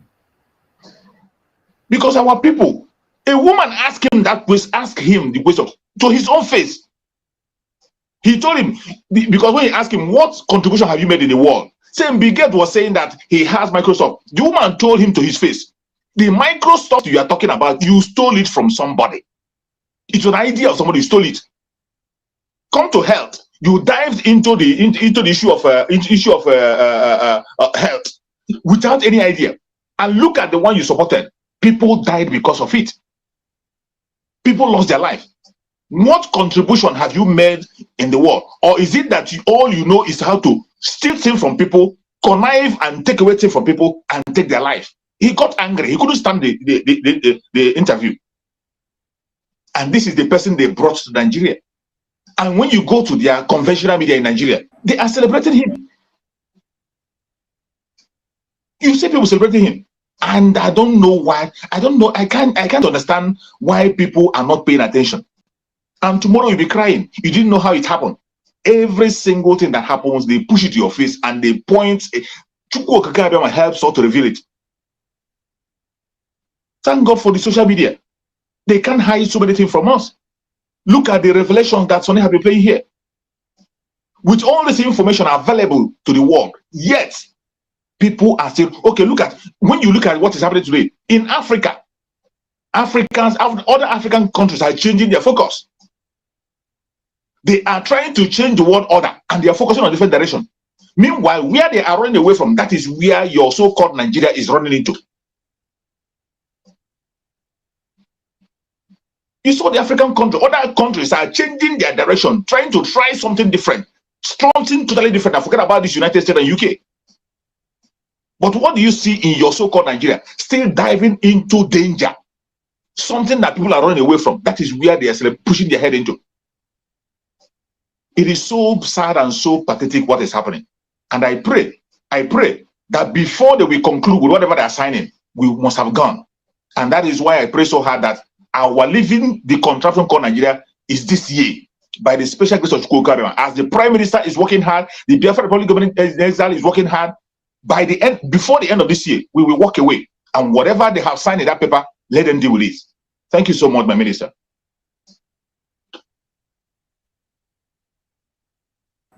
Thank you, Mazi Chuk Survival. I don't have that video of that interview. If I had the video, I would have played it. And if any one of us have the video, you can forward the link for us. Even if we don't play it here now, we can play it when next we come live. Because it's like we are live every day on the media. So, Biafrans, there is nothing hidden here. And if not because of the fact that we need to bring PM to the screen, we would have opened the line for Biafrans to call in and aid their views. But the message has been passed. And we will restream this very segment again so that you can be able to hear it over and over and over and over again. The reason why Bill Gates came to Nigeria, how your organs have been harvested, and how it has ever been going. So thank you all as we join our PM and we continue to circulate the message. We are here with you and we are together. So here we join PM as we continue to listen. Good evening, those of you who are seated in your various locations waiting for this powerful evening broadcast. I have come with message of hope I have come with message of liberation. I have come with message of freedom. I have also come to expose the evil happening in Nigeria, how this Islamic State, using perceived enemies within us, amongst us, to destabilize the freedom of Biafra. Today you are going to have a very, very impactful broadcast from me as the Prime Minister of the Biafra Republic of Men in Exile. And today I am going to unveil at least one of the state structure for the Biafra people to know what we are doing and why we are doing what we are doing. I welcome you once again. You are watching and listening to the Voice of Biafra, 97.5 FM in Biafra land. You are watching Enter Biafra Channel 2, and of course on all other Biafra Republic of Men in Exile official social media platforms. Like I said, we have come today to start our normal exposition and the message of freedom. You may not understand those behind the insecurity in Biafra land, and as they struggle and try to blackmail the Biafra movement. We have witnessed for the past days the bombardment in some part of Biafra land, Izombe, Agua, and the violence. Have witnessed one of the worst bombardments by the Nigeria terror army. And like we promised the Zombe people that we are coming. The Biafra Liberation Army is coming. We are coming to protect the Zombe people. We are coming to protect Agua people. We are coming to make sure those who are killing our people will never live to tell the story. In the same hand, we have witnessed the destruction of Biafra businesses in Lagos and other parts of Nigeria. Lagos, to be precise. We have kept very silent. We have been very mute, listening, watching with very keen interest how the Islamic State of Nigeria are attacking the economy of Biafra people that are doing businesses in Lagos. You know, when I told them that from the 29th of May, if you stay in Nigeria, you are on your own as a Biafran, they thought it was again another joke. I don't know whether they think what we're doing is joke or something. We warned them that after 29th of May, as a Biafran, as an Igbo-speaking Biafran, if you find yourself in any part of Nigeria, you are on your own. Our resources will only be made available to protect those in Biafra land. So today, it is happening. We told you to move your businesses down to the eastern region of Nigeria, where we will protect you. You said you want one Nigeria. Today it is happening. I am not here to mock you or to laugh at you. And at the same time, I am not here to say we are going to stop them from destroying your businesses. We will not. But let me tell you, we are putting things in place. There is going to be consequences of the destruction of the Biafra businesses in Lagos. The consequences is coming very soon on those involved in the destruction of the Biafra business in Lagos. We are going to design a mechanism to make sure there is a reprisal destruction of those and their interests who have targeted the economy of Biafrans in Lagos and other parts of Nigeria. We are coming, and there's going to be a revenge on that. How we are going to do this revenge is left for us. We know what to do. And they are going to feel the pain. The pain that every Igbo-speaking part of Biafra in Lagos is feeling today. Those involved in destroying this business are going to feel the pain. They're going to feel the pain. I am telling you, this pain, they are going to feel it. At the same time, I do not blame them. I blame the stupidity of some of the Biafrans who reside in Lagos after warning them of what is to come because of the intels we have. They thought it was a joke. All they do is to make videos, complain about, oh, they are burning our businesses, they are destroying everything, speak Igbo language, and they share it. Nobody cares about that. I don't know who you are making the video and speaking Igbo language. I don't know who you are trying to inform that you are being destroyed. Your businesses in Nigeria is being destroyed, and we call it economic jihad.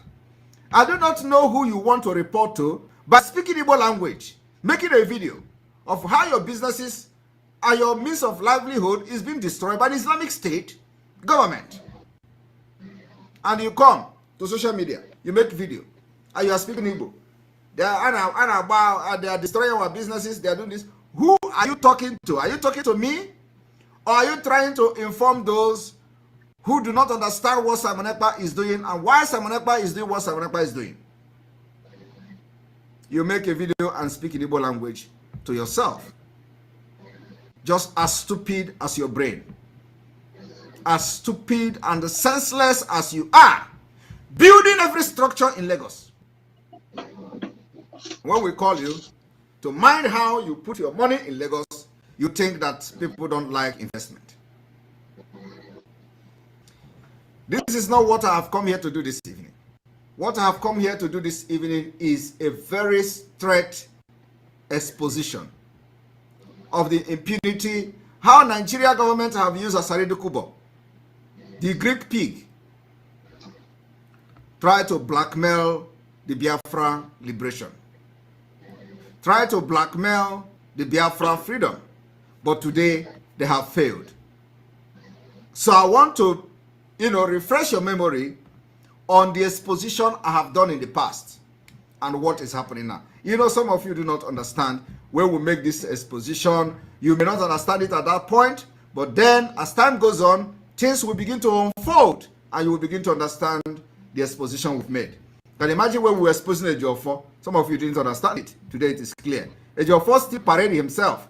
It is just now Ejiofor remember, oh, there is a case against DSS. And you know one thing, whenever the family of Mazi Nnamdi Kanu is awakened to do something to the eye of the Nigeria government in IPOB, which is Ejiofor, that is when court will fix one case.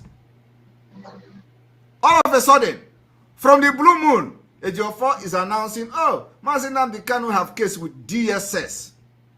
The case that was filed in February of 2000 and whatever, all of a sudden, immediately Ejiofor is sacked.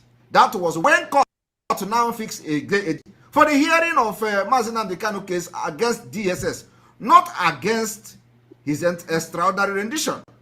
Just to fix something so that Ejiofor will brag and go to court by force, forcing himself in a case when he has been sacked because he thinks he can destroy everything. Today they have failed,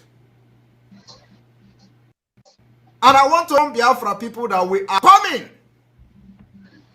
with more power and flame.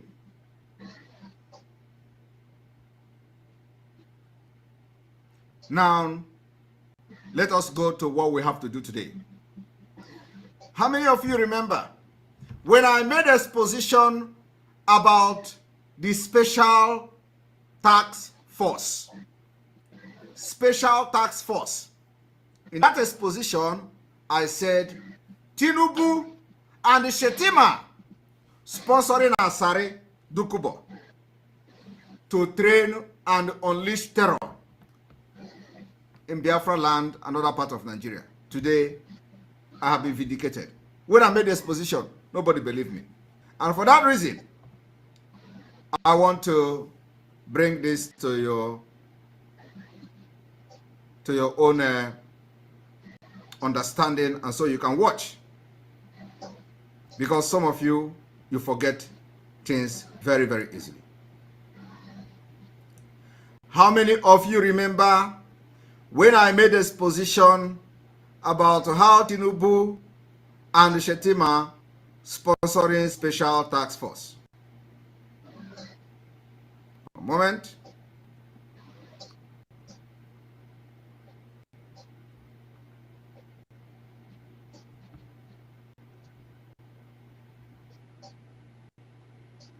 How many of you remember?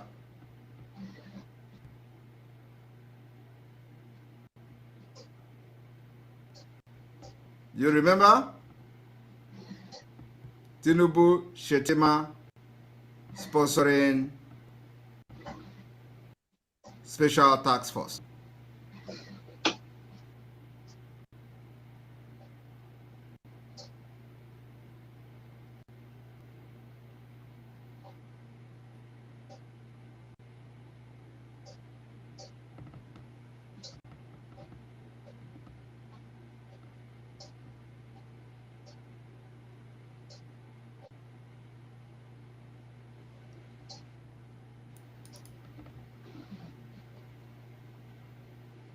I want you people to understand today, I am making it very open for the very first time. Tinubu, Shetima, APC, and the ruling party or the particular government is responsible for the killing in Biafra land. And I'm going to prove it to you today.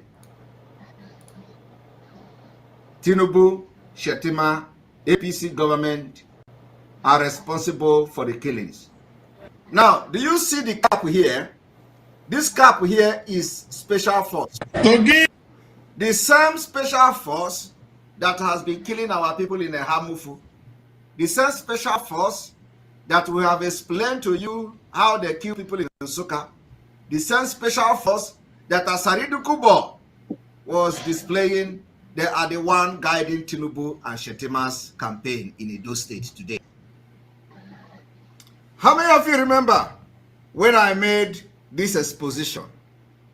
How many of you? When I made this exposition, you did not understand what I did. Did you? No. That's why it is very important. Follow Biafra so that you are going to be delivered. Now, today, what is happening? Here is what is happening. Asaridukubo bombshell. My men employed by federal government in charge of Abuja Kaduna security, not military. Now, you need to understand what are those in charge of Abuja Kaduna security doing. They are kidnapping, bombing train, bombing passengers, bombing travelers, kidnapping travelers, engaging military in a battle and all that. That is what people in Kaduna and Abuja in charge of security, they are doing. They are Asari Kubo terrorist group. Asari is a militant and a terrorist. Asari is a Muslim and is Alhaji.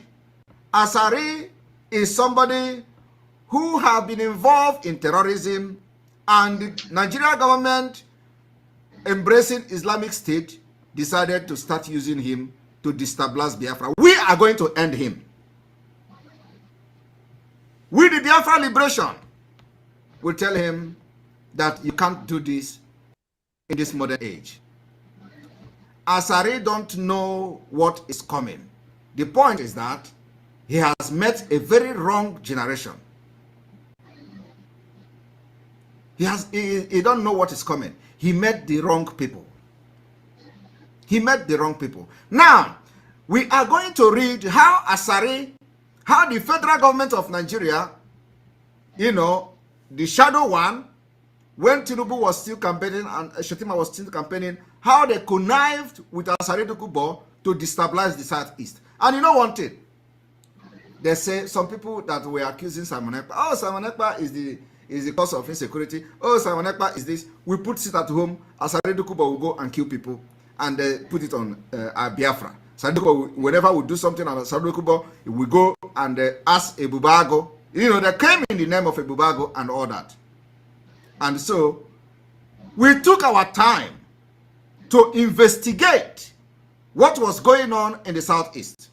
But you know, who are those who were supporting Asari? Ejiofor and the family of the wife of Onyendu. Ejiofor connived with, according to Asari Dokubo, and they had a meeting with Asari. We do not know the content of the meeting. And Ejiofor has not come to say it is not true. They had a meeting with Asari. The same Asari today is calling our leader a criminal. The same Asari today that the wife or the father of the wife of Onyendu had a meeting with has come public to call our leader a criminal. I am yet to see or hear the father of the wife of our leader to come to distance himself from whatever meeting he has had with Asari because of Onyendu for these particular utterances and sabotage of Mazi Nnamdi Kanu. I am also yet to see the treacherous Ejiofor coming publicly to say, I distance myself from the utterances of Asari Dokubo, whom we have gone into alliance with after they connived to kidnap Mazi Nnamdi Kanu from Kenya. I'm yet to see that. But that is not why I'm here. Why I'm here is to make sure I made more clarification and more exposition to our previous exposition even before the election. It is always like this. Whenever the issue gets clearer, I will come again and with another package so that the exposition I've made in the past, you are going to understand it. I want you to understand one thing today. There is nothing I have exposed in this life, especially in the struggle of Biafra, that is not true. There is nothing I have said in the name of exposition that later on did not come to be a true or a fact. At the end of the day, when you did not understand it during my exposition, it is going to happen and you are going to understand it. So I have come this evening. Let us read how they reported Asari, how Asari exposed himself. Asari said, Asari Dokubo bombshell. This was on the 17th of June, 2023. My men employed by the federal government in charge of Abuja Kaduna security, not military. Military are not in charge. Now, when I made this exposition, you did not believe. I want you people to understand today, I am making it very open for the very first time. Tinubu, Shetima, APC, and the ruling party or the particular government is responsible for the killing in Biafra land. And I'm going to prove it to you today. Tinubu, Shetima, APC government are responsible for the killings. Now, do you see the cap here? This cap here is special force. The same special force that has been killing our people in Hamufu. The same special force that we have explained to you how they kill people in Nsukka. The same special force that Asari Dokubo was displaying, they are the one guiding Tinubu and Shetima's campaign in Edo State today. Have you seen that? Now let us go straight to this particular report.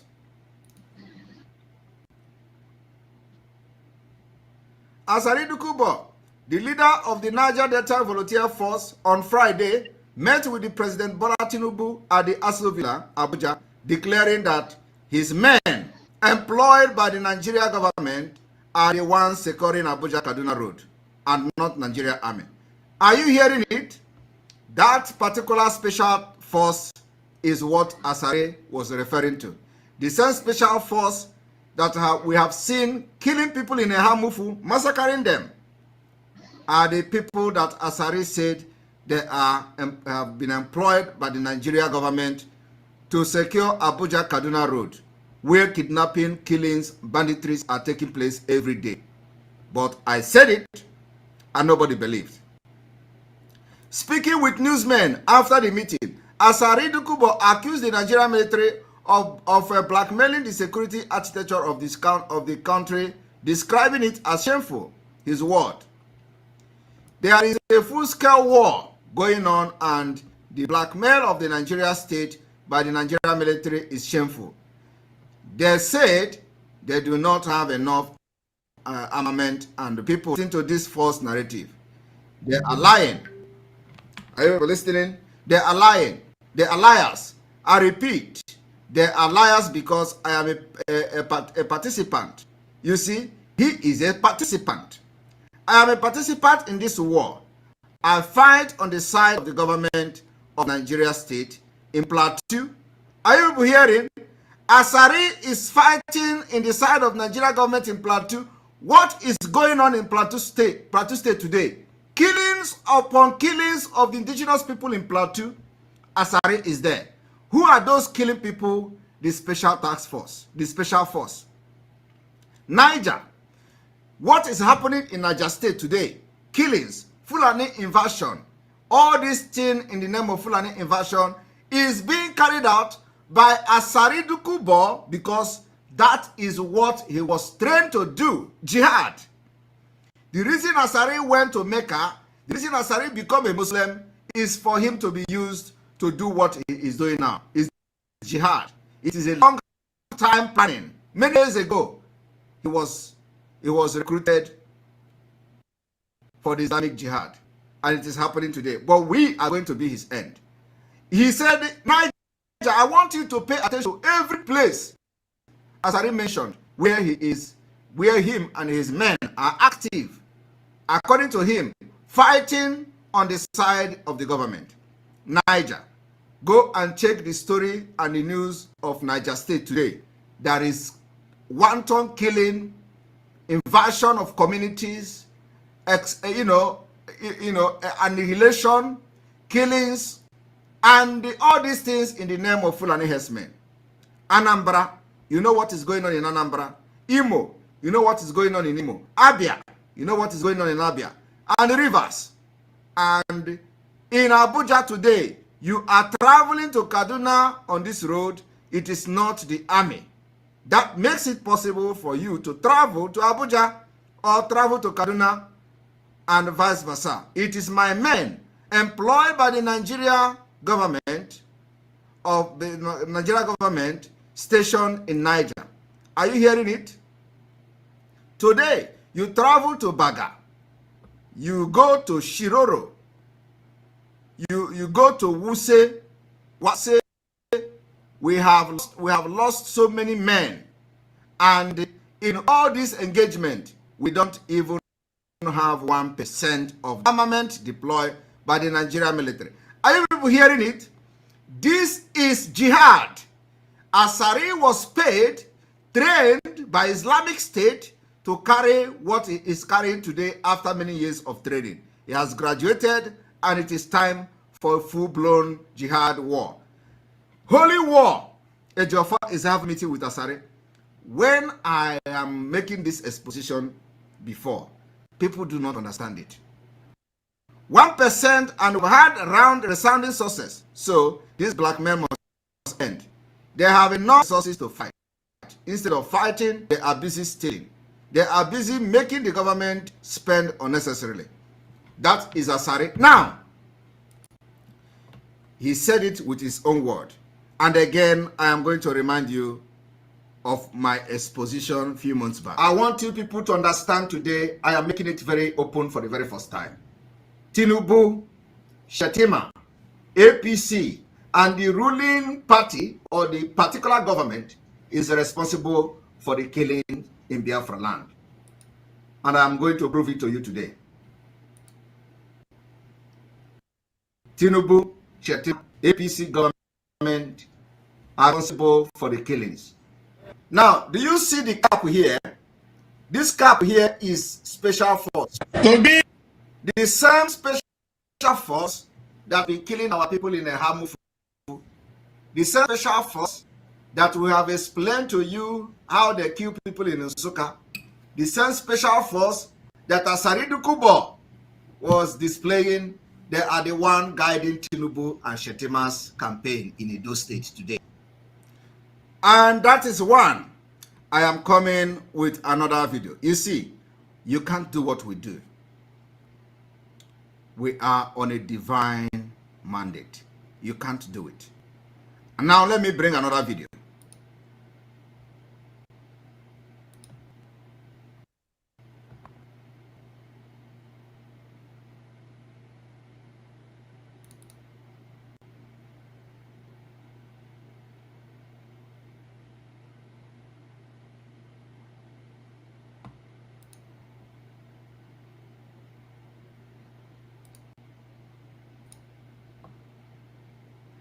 I'm going to bring a different video.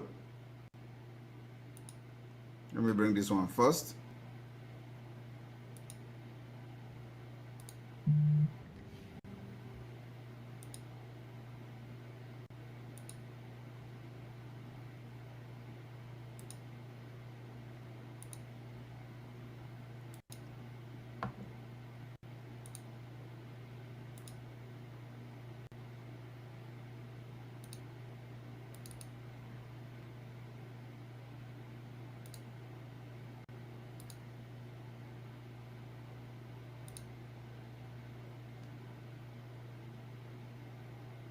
The funniest aspect is that those of them, the British. Now I want every one of you to listen to this. Like in the north, and nobody will hold you accountable. You can do anything you like. The presidential jet can wake up in the morning and fly gold to Switzerland as they did a few days ago, and nobody will ask any questions. Your schools are not fit for purpose. Your hospitals are not fit. You are dying. Your roads are virtually unpassable, as is the case between Enugu and Onitsha, and nobody will care. That is why they want one zoo, one Nigeria. I want you to listen to our leader, Mazi Nnamdi Kanu. The reason why they want zoo, one Nigeria. The reason why people like Asaridu Kubo, Ejiofor, and his group want one Nigeria. Now, watch. The same way that some people conspired in the olden days to keep slavery going, even when God and heaven and humanity rejected it. The same way they conspired in the olden days to keep slavery going, even when God rejected slavery. They conspired to keep slavery going. You are going to hear Asare talking about bragging how he is going to sell Ndibo for slavery again. I want you to listen. Is what's happening today. Black people was against the end of slavery. Black West African people. Black people was against the end to slavery. Are you hearing that? That is what Asaridu Kubo represents today. And Ejiofor, the family of the wife of Onye, they have a meeting with this man. Now, you take your leprosy hand to write. You don't have respect for the people who bought your father. Is it every Calabar man that is a Calabar man? Do you know that roots? That you talk to me. You don't know that people own this Calabar. You are law abiding. Igbos, I don't know them. I don't know where they come from. Because I know that if not for British intervention, I would still be selling them. Are you hearing that? If not for British intervention, he will still be selling them. Now, I want you to look at these two individuals, Mazi Nnamdi Kanu and this pig here. When Mazi Nnamdi Kanu is talking about the black man, treacherous and wicked, evil black man who embraced slavery and was selling slaves against the will of God as a man of integrity and dignity. this pig here, who goes to the state house, who have access to state house, to carry AK-47 on media, will be bragging about slave. I want you to see two different persons. Somebody who is calling Mazi Nnamdi Kanu a criminal. Look at Mazi Nnamdi Kanu addressing the issue of slavery. Was against the end of slavery. Black West African people was against the whites that actually promulgated laws banning slavery.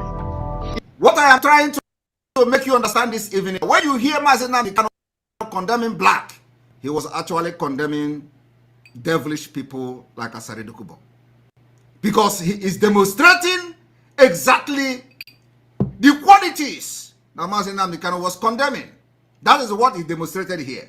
It does not mean that all blacks are bad, but example is Asari Dokubo, who is now bragging what Mazi Nnamdi Kanu was using as an example of the bad people and the bad black people. The qualities of bad black people is what Asari have demonstrated here. And this is a man who can open his mouth and condemn somebody for being a criminal. I want you to listen to the AZ of Greek. Do you know your roots? That you talk to me. You don't know that people own this Calabari? You are law-abiding. Igbos, I don't know them. I don't know where they come from. Because I know that if not for British intervention, I will still be selling them. All right, he will still be selling Igbos, if not for British intervention. And so, he has the blood that Mazi Nnamdi Kanu was talking about. Those who kicked against the end of slavery. The way my father sold them. That his father sold Igbos. Now look at you people in Igbo land. Look at how you are dying. Woto. You are Asari, you are the one dying woto. Where are your men? Where are your men? Let them come now. Why are we not seeing them again? Asewana. They are falling in hundreds. Where are you in Imo State? Where are you in Anambra? Where are you in Abia? Where are you in Enugu? Where are you in Ebonyi? They fall in their hundreds. And we are to be found again in Igbo land. We want you to come. Let me tell you, we are coming to your own domain. We are coming. It is no longer business as usual. We are coming. We have defeated you in the hinterland. We are coming to the coastal land now. The coastal region is where we are coming. We have defeated you in the hinterland of Biafra. It is time we are bringing the war to your doorstep. Bring those your terrorists that you are using to terrorize Nigeria, terrorize people in Kaduna, bring them back, because you can't start the heat that is coming to you. Believe me, you can't start the heat. It is now evidently clear that you have been hired for a jihad, for a holy war, and you can't succeed in Biafra land. We are going to stop you, and we'll stop you very soon. I want everybody to listen to the idiot. talking. You will do video to sell that Elijah has run away. You don't see me? I don't run.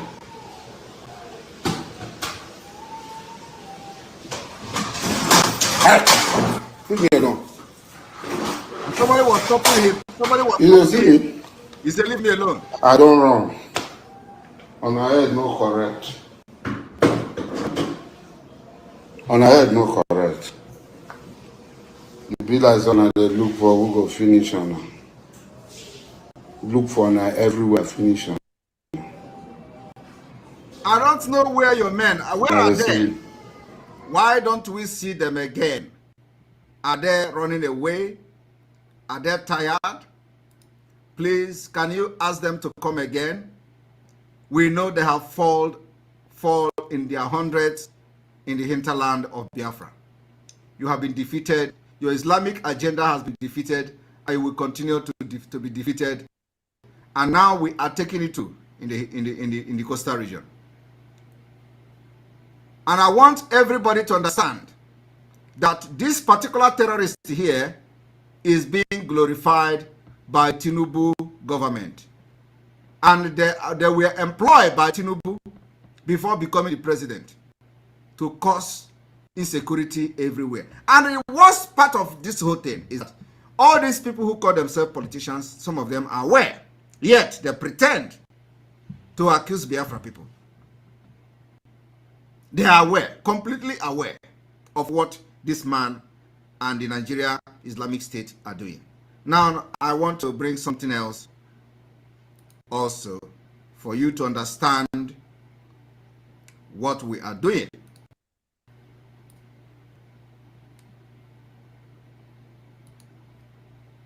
Now, I want every one of you.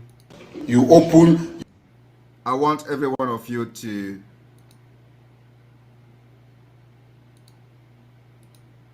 listen to this.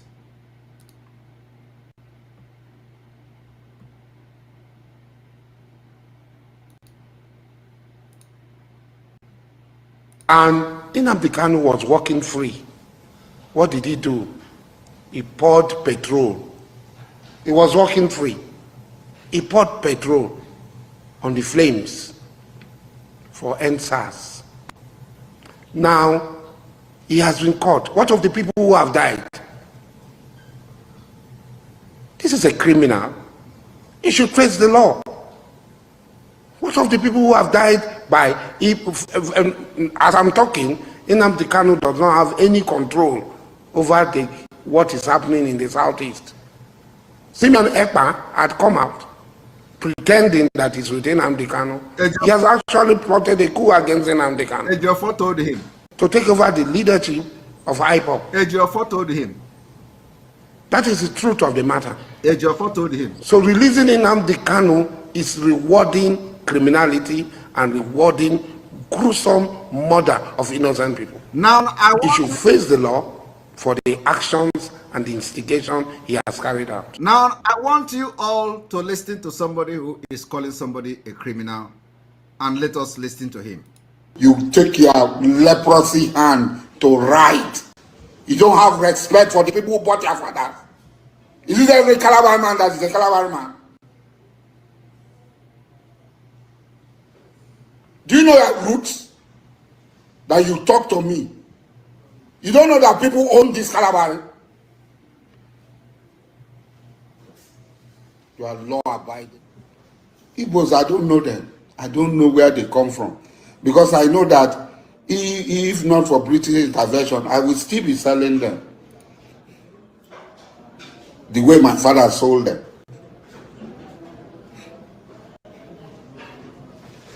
Now look at you people in Igbo land. Look at how you are dying. Woto. You are talking. You will do video to sell that Elijah has run away. You don't see me? I don't. This is somebody calling Mazi Nnamdi Kanu a criminal. Ask this terrorist, what is he doing with this gun? Is he using it to fight Nigeria military who have come to kill the people in his place? No! The gun is being used for Islamic Jihad. The gun is being used for Islamic Jihad. Somebody who has nothing to do with security is carrying gun like this. It's not to fight the government, but to fight indigenous people, for ethnic cleansing, for religious war, which falls into terrorism. But here, he is going to State House to address Nigeria. And in that State House, he was addressing Mazi Nnamdi Kanu as a criminal. Have you ever seen Mazi Nnamdi Kanu with gun? Have you ever seen Mazi Nnamdi Kanu involved in ethnic cleansing? Have you ever seen Mazi Nnamdi Kanu involved in religious war? But here is a trained terrorist who now have seen opportunity because of the Muslim ticket, and because of the Muslim president, Muslim vice president, and because the vice president is the founder of Boko Haram, and now he has grown wing to carry official terrorism backed by the Nigeria state. We are going to deal with you. Look at him. Leave me alone.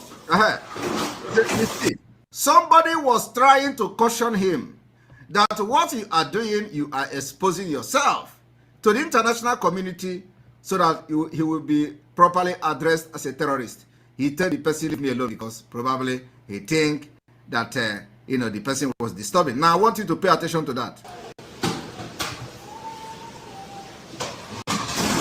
Leave me alone. Leave me alone.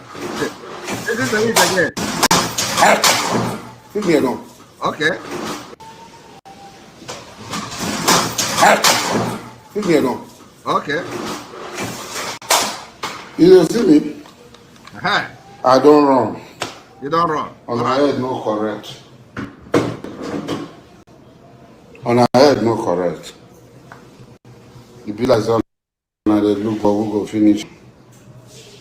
Look for now everywhere finish on. And this is a threat. This is a threat coming from somebody who was just calling Mazin Namdekanu a criminal.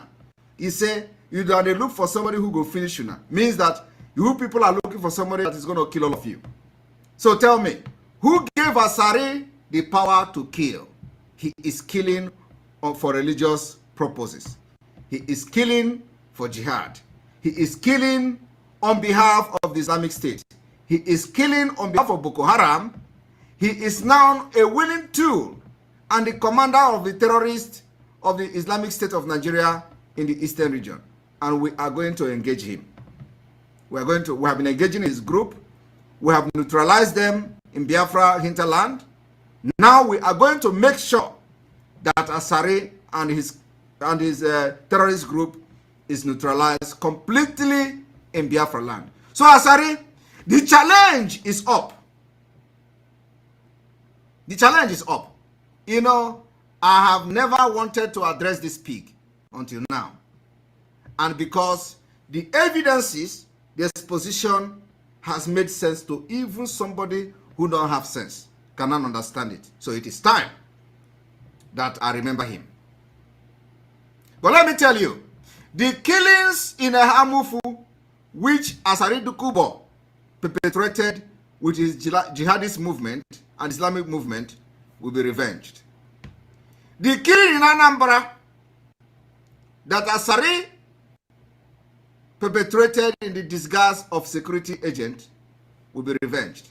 The killing in Imo State, which is still going on today, Asari is bragging of how Nigeria government contracted him, will be revenged. It is now between us and him. It is now clear that he is indeed the enemy. And I want everybody to understand what has been the position of Wazirike and all other Igbo-speaking parts of Biafra who embrace this criminal and this jihadist.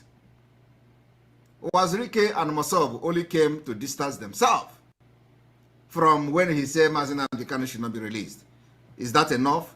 Is Wazirike part and parcel of the killings of Biafra for religious purposes?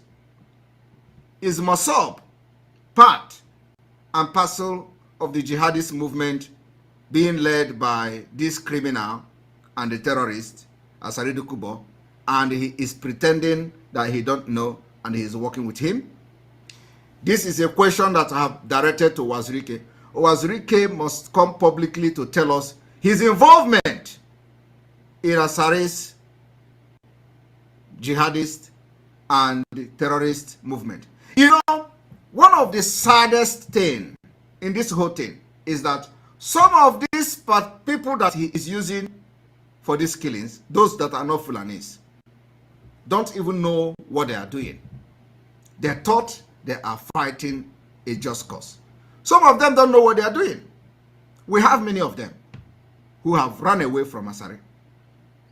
Some of them don't know that Asari is actually using them to fight for Islamic State. And some of them are Christians. They don't know what is going on.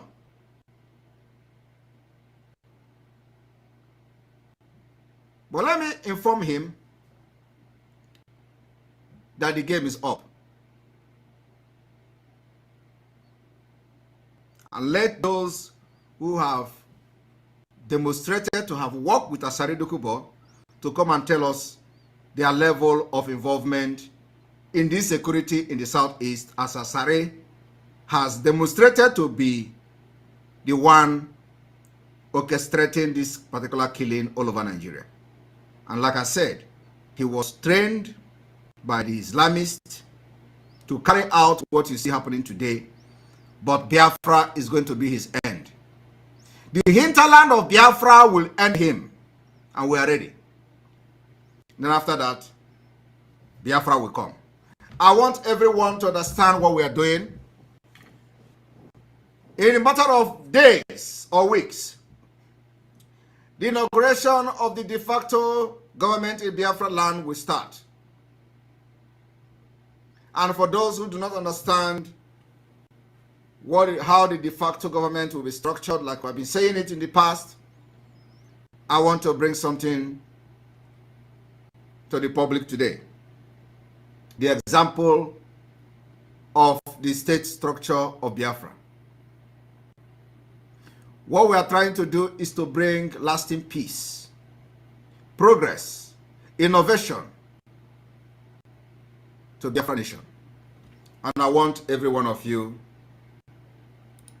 to look at one of the state structure of Biafra.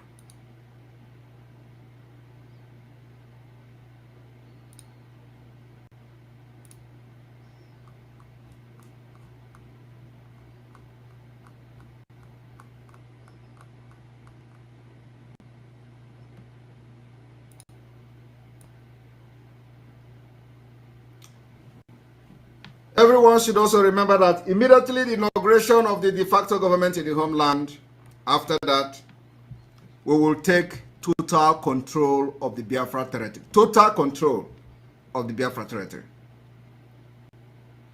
And so, for those of you who are very skeptical, and those of you who have been waiting for our broadcast for a while, and why we are not coming live all the time, as some of you may know, we have been very, very, very busy. And so, what you're about to see on the screen now is a sample of the state structure from the 32 states of Biafra land. We're going to unveil this structure for the very first time, and then waiting and pending for the inauguration of the de facto government.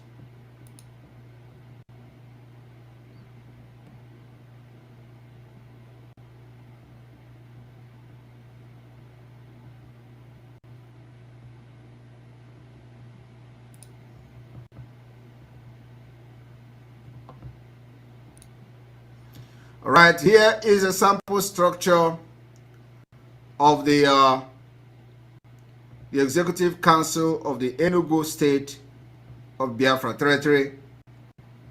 In the Biafra de facto government for Enugu State, we are going to have the Executive Governor of Enugu State.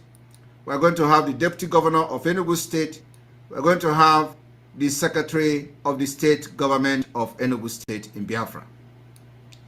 We're going to have 15 local government in Enugu State, part of Biafra, and the local government and their headquarters are as follows. I want to inform the Biafra people, for the very first time, this is coming to the public domain for you to understand that Biafra is living. We have Asata local government area. Headquarters will be in Asata, Enugu. We have the Independence Layout local government area. The headquarters will be in Enugu. We have the New Haven local government area. The headquarters will be in New Haven. We have the Okunano local government area. The headquarters will be in Okunano. We have the Obeago local government area. The headquarters of the local government will be in Obeago. We have the Amichi-1 local government area. The headquarters will be in Amichi-1. We have the Isuzu local government area. The Isuzu local government area headquarters will be in Mbu. We have the Isuzu West local area. The Isuzu West local government area headquarters will be in Neke. We have in Isuzu East local government area. The Isuzu East local government area will be in Umualo. We have the Nkerifi local government area. The Nkerifi local government area will be in Nkerifi. We have the Unatezi local government area. The Unatezi local government area will be Unatezi. We have the Ama Nkano local government area. The Ama Nkano local government area will be in Nkano. We have the Agbani local government area. The Agbani local government area headquarters will be in Agbani. We have the Ozara local government area. Ozara local government area headquarters will be in Ozara. We have the Amuri local government area. The Amuri local government area will be in Amuri. And in each local government, we are going to have 5 districts in each local government. And this is the same thing to the all 32 states of Biafra territory. In the first local government, which is Asata, Asata comprises of District 1, Chinatown District, GRA District, Gui New Layout District, Ihewuzi New Layout District, Asata South District. In the independent layout local government, we are going to have the Reyes New District, we have the independent layout district, we have the Hillview District, we have the West District, we have the Presidential Road District. In New Haven local government area, we are going to have the Onunweke District, we have the Ohungo District, we have the Abacheku District, we have the Azunkwo District, and Umuoma District. In the Okunano local government, we have 5 districts. Okunano District 1, of course, these are going to comprise the villages and the communities that made up this Okunano District 1, 2, and 3, and 4. This is the structure of the Enugu part of the Biafra state, with 50 local government, and each local government have 5 districts.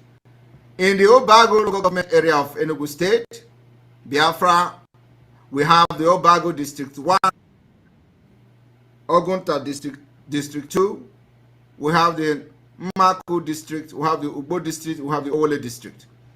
In Amichu Wani local government area, we have 5 districts. Wani District 1, Nobi District 2, Akuke District 3, Amichi District 4, Oduaji District 5.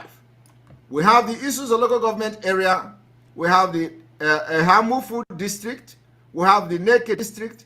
We have the Mbu District. We have the Umualo District. We have the Ikem District. These districts are also subject to amendment during the inauguration of the de facto government in the homeland. In the Isuzu West local government area of Enugu Biafra land, we have the Isuzu West District, Isuzu West District 1, District 2, District 3, District 4, and District 5. The communities that made up this district to be named in the later days. The Isuzu East local government area, the districts are also District 1, District 2, District 3, District 4, District 5. Communities that made up these districts to be named in the later days.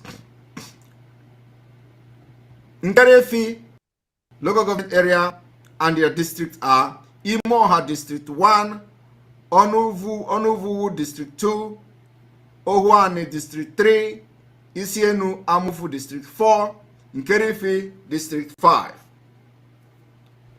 The Unateze local government area and districts in this local government are Ishiogbo District 1, Umuawologo District 2, Amagu District 3, Amofia District 4, Njiaguede District 5.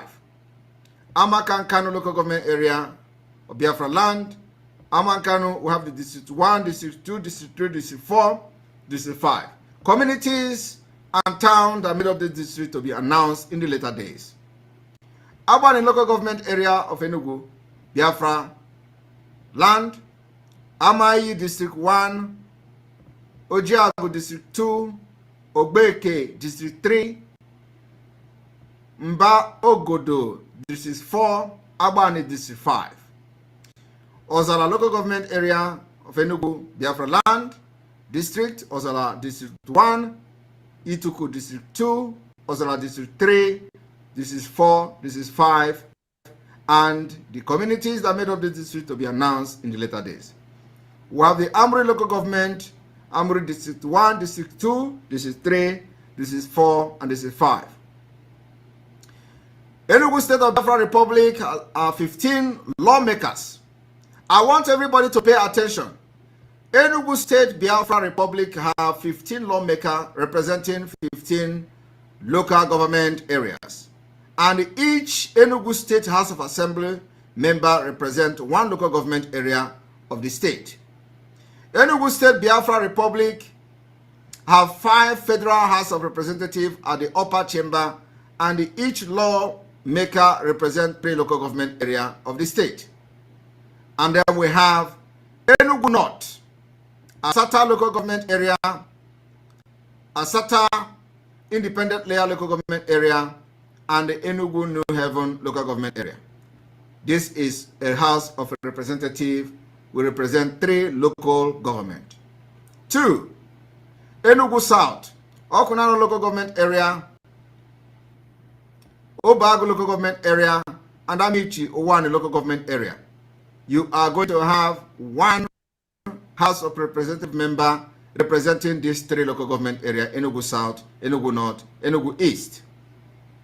And then Enugu East comprises of Isuzu local government area, Isuzu West local government area, Isuzu East local government area, and you are going to have one House of Representative member representing you 3 local government.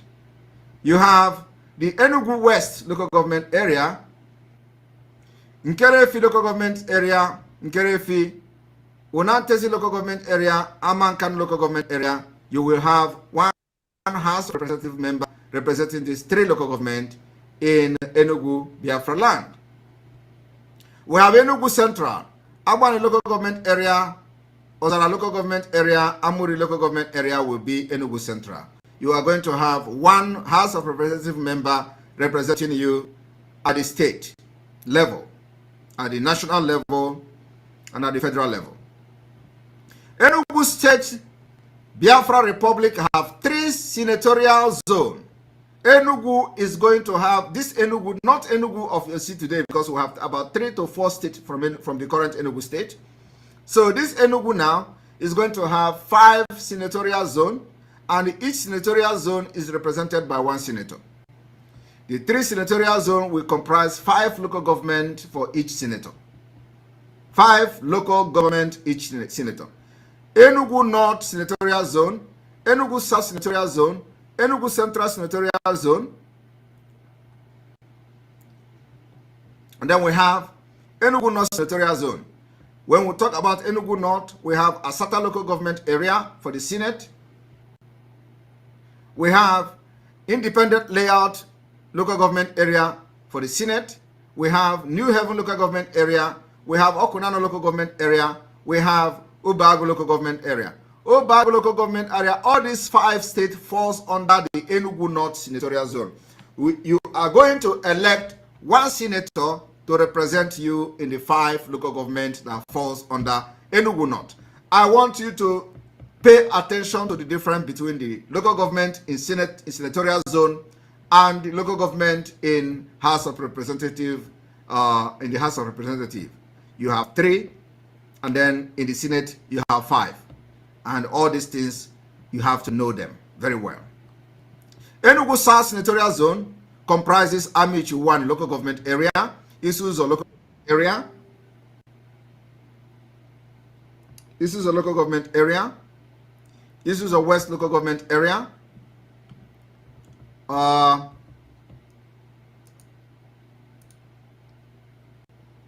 is there any, somebody said that the broadcast stopped? No, the broadcast did not stop.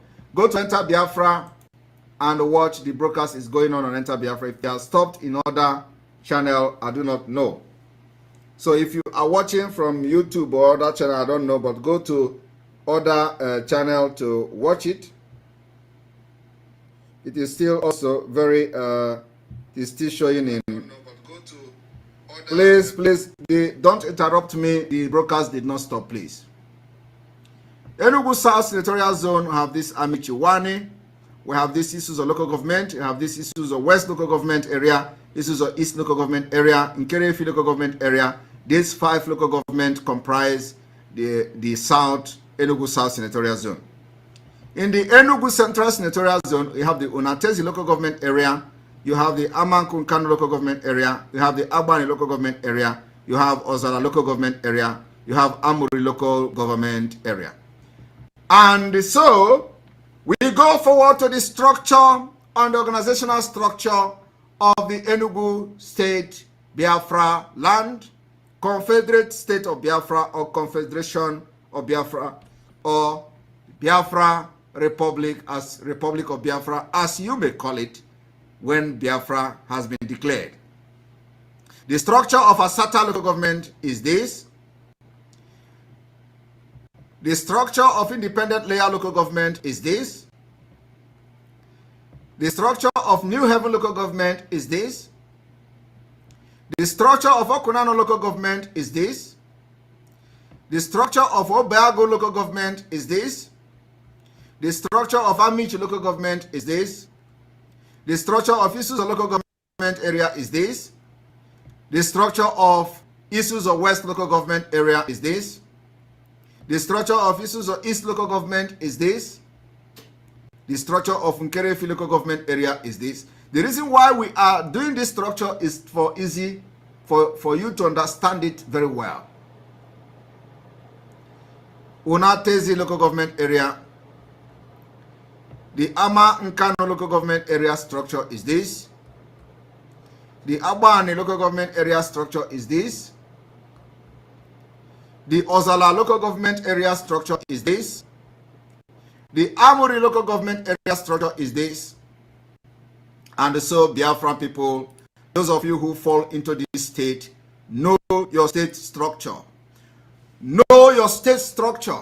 By the time we finish what we are doing, we capture the entire Biafra territory, we render Nigeria government useless in our land. Our main purpose and objective is to make sure we take over our land and begin to implement the government of the Biafra de facto in the homeland.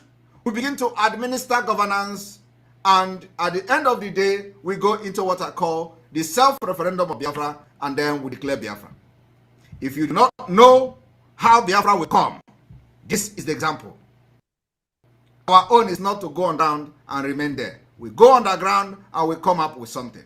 And when they tell you, how are you going to get this Biafra? This is it. We are not hiding it. If it is going to come to where we are going to be shooting gun to get our freedom, we are ready to do that. But I want you to understand that what we are doing now is to lay the final background and build the structure, the foundational structure of the Biafra nation. And then after that, the rest will be history. I thank you for being part of this program. We are going to start unveiling the state by state, the 32 states of Biafra from now till next month, when we are going to officially inaugurate the Biafra Republic Government in Exile Quarter in the United States. And we are going to launch and inaugurate the entire government of the de facto of Biafra in the homeland, so that the administration and the governance of Biafra will start immediately. What we are doing is what we call simultaneous government. Simultaneous government in the homeland. You know, some people say government without in the government is not the right word. So we are going to use probably more appropriate word is simultaneous government.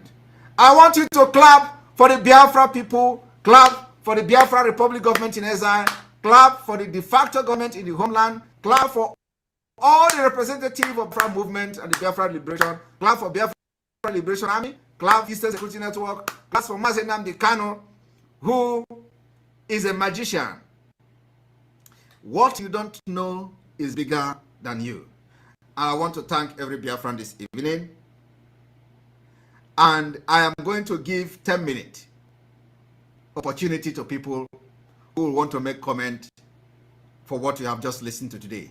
And more news. What we are going to be doing from now on is to bombard Nigeria, bombard the international community with great news and great structure of Biafra. What Biafra is going to do, what we are going to bring to the table, what we are going to do differently, how we are going to impact life and restore peace in the entire Africa. Nigeria is gone, and gone for good. No amount of reshuffling of service chief will change the faulty foundation of Nigeria. We are building Biafra from scratch. The database system of Biafra will solve 60% of terrorists that Asari Kubo and Nigeria government are trying to use to destabilize our nation, Biafra. I welcome you this evening for 10 minutes or 15 minutes interactive section. So if you want to join this particular program, go to Enter Biafra, click on the video, and come to the screen.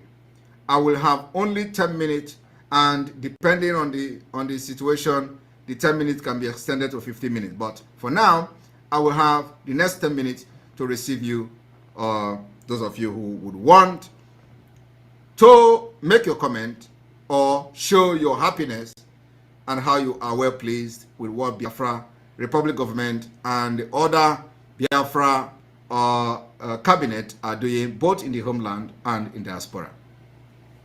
Before we go forward, I want to make a special announcement this evening. The special announcement this evening is the board of the Biafra Republic Government in Exile headquarters. More members may be added, but there is a committee that will supervise and arrange and organize everything that to make sure that the inauguration of the Biafra Republic Government in Exile headquarters in the United States is well organized. And they are as follows. Honorable Chief Charles Nwankwo, committee member. Mazi Nkere, Finance Minister, member. Dr. Benedict, the Health Department, member of the committee. Ngozi Orabeze, member of the committee. Jane, Attorney Jane, the Minister of Foreign Affairs, member of the committee. Dr. Anene, member of the committee. If you hear your name, you know that you are member of the committee, organizing committee for the inauguration of the Biafra Republic Government in Exile headquarters in the United States. The headquarters will be open officially on the 28th day of July 2023. Other members of the committee may be announced later. So if you hear your name, please make sure you reach out to each other and go to work immediately. The line is open again, like I said. Welcome to the interactive section that is going to last 10 minutes. It's me again.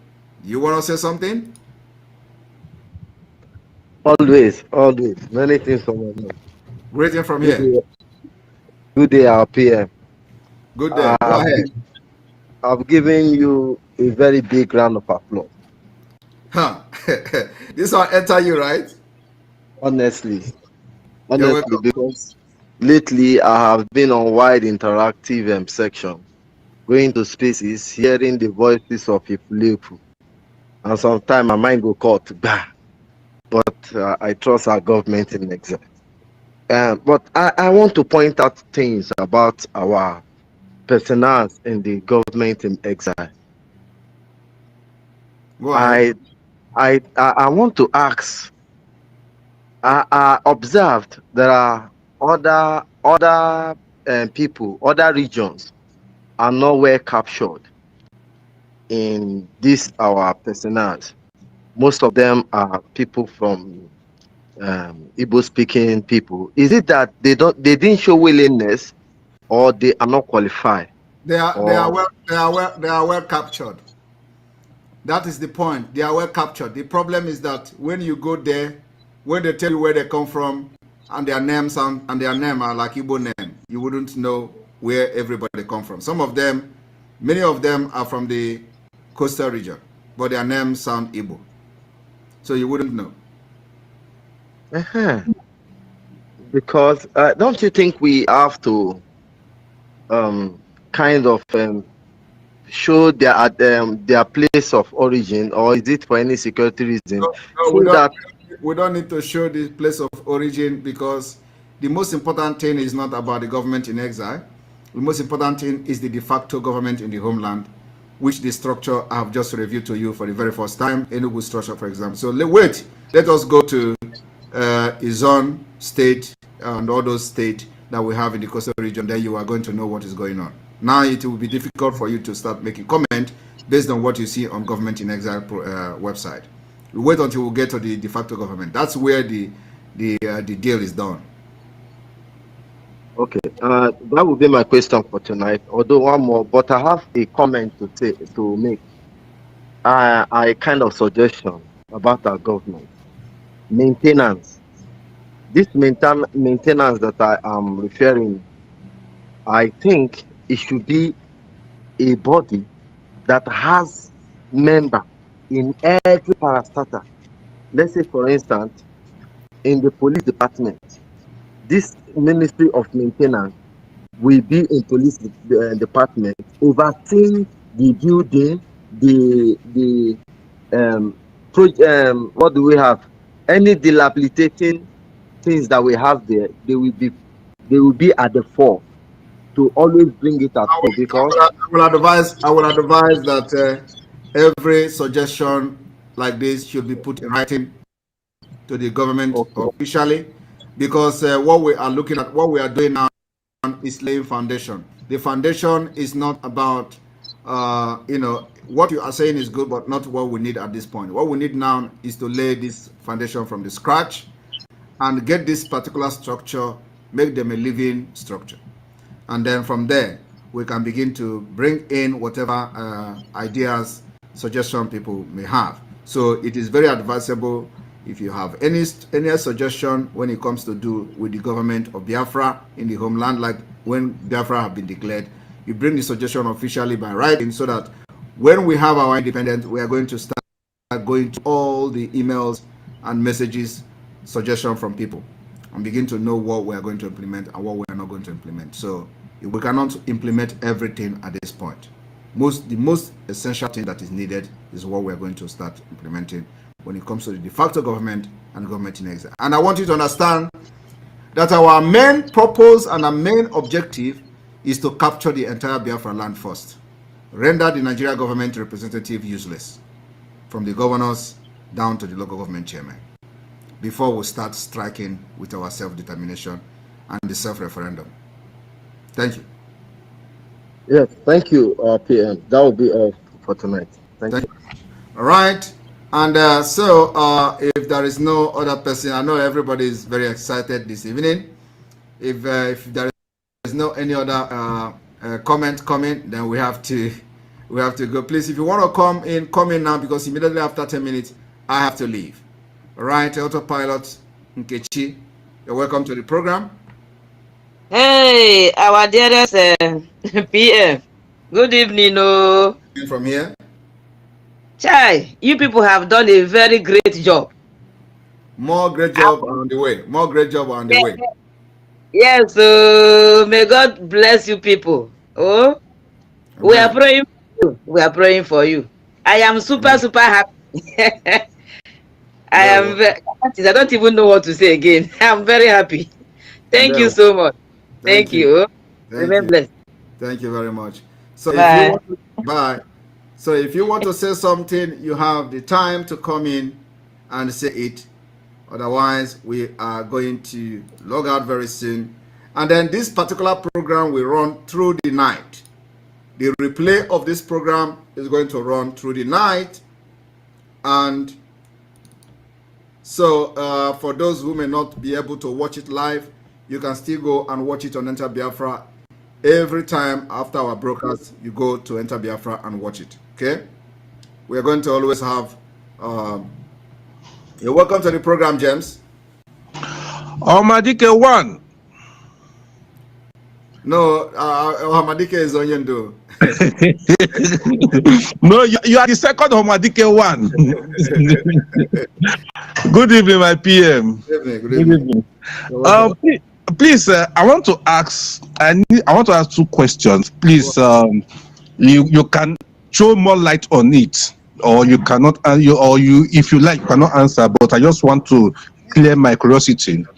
First, it's our leader lawyer, Mike Ezekome, or something like that was there. So at first, you were the one that projected him as a nice lawyer that is going to defend our leader. And then now, we are now seeing what is going on, that he has collabed with Ifa Ejiofor, which is the Carotun lawyer. So I don't really know if you can tell me what went wrong, or at the first beginning, he has an ulterior motive, or he just kind of a short is changed. That's my first question. That is what we call afterthought betrayal. I hope you followed that. Do you know when I said normally say afterthought betrayal? Yes, sir. Thank you. So that answers your question. That's what we call afterthought betrayal. Okay, sir. So then the second one is as we are moving with speed now, so to get Biafra, and thank God that everything is putting in place. If our leader is not released before after the self-referendum and before the declaration of Biafra, if it's not released, then once we get Biafra, what are the necessities that we're going to do so that we can get him out of the dungeon? Well, we are not going to say what we are going to do to get him out of dungeon. We are going to do. We know what we are going to do, and there are many ways to kill a bear. Okay, so we have our plan what to do to bring him out. Okay. And I want everybody to understand that the reason why we are going this fast and with this speed to make Nigeria to understand that kidnapping Mazinam Dekano cannot stop Biafra. Okay. And then also we made them understand that kidnapping him will actually facilitate Biafra to come quicker. Yeah. That's what we are trying to prove to them. So it is either they release him, or when Biafra come, we are going to do something that we have a choice. We will make an offer they will never reject, and we know what to do. Thank you very much. At least now my mind is at rest. Thank you very much, sir. God bless you. Thank you very much. All right, Shine Merem, you're welcome to the program. Thank you, Honorable. Good evening, sir. Good evening from here. Yeah, they have to understand how this program is being run, and this is not a question and answer session. We need to appreciate you guys. You are doing well. Thank you very much. Thank you. We're happy to see you. Thank you very much, sir. Thank you very much. Thank you very Continue much. to keep the fire burning. We are following you, sir. Thank you very much. Yeah, thank you. All right, we need more. We have more people here who want to make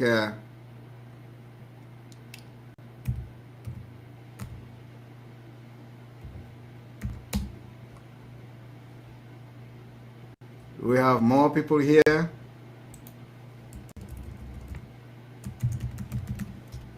Otherwise, we call it day. But I have just discovered very sadly that the greatest task on this earth is to get a black man to reason like a human being. The same way, it is a very delicate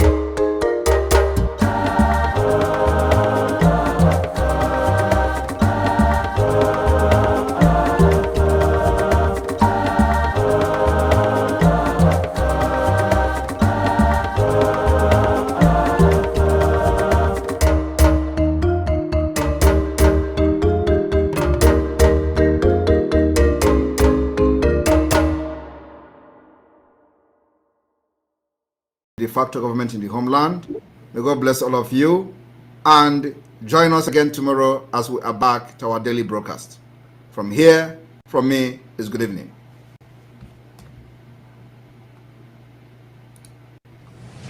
But I have just discovered very sadly that the greatest task on this earth is to get a black man to reason like a human being. The same way, it is a very delicate task.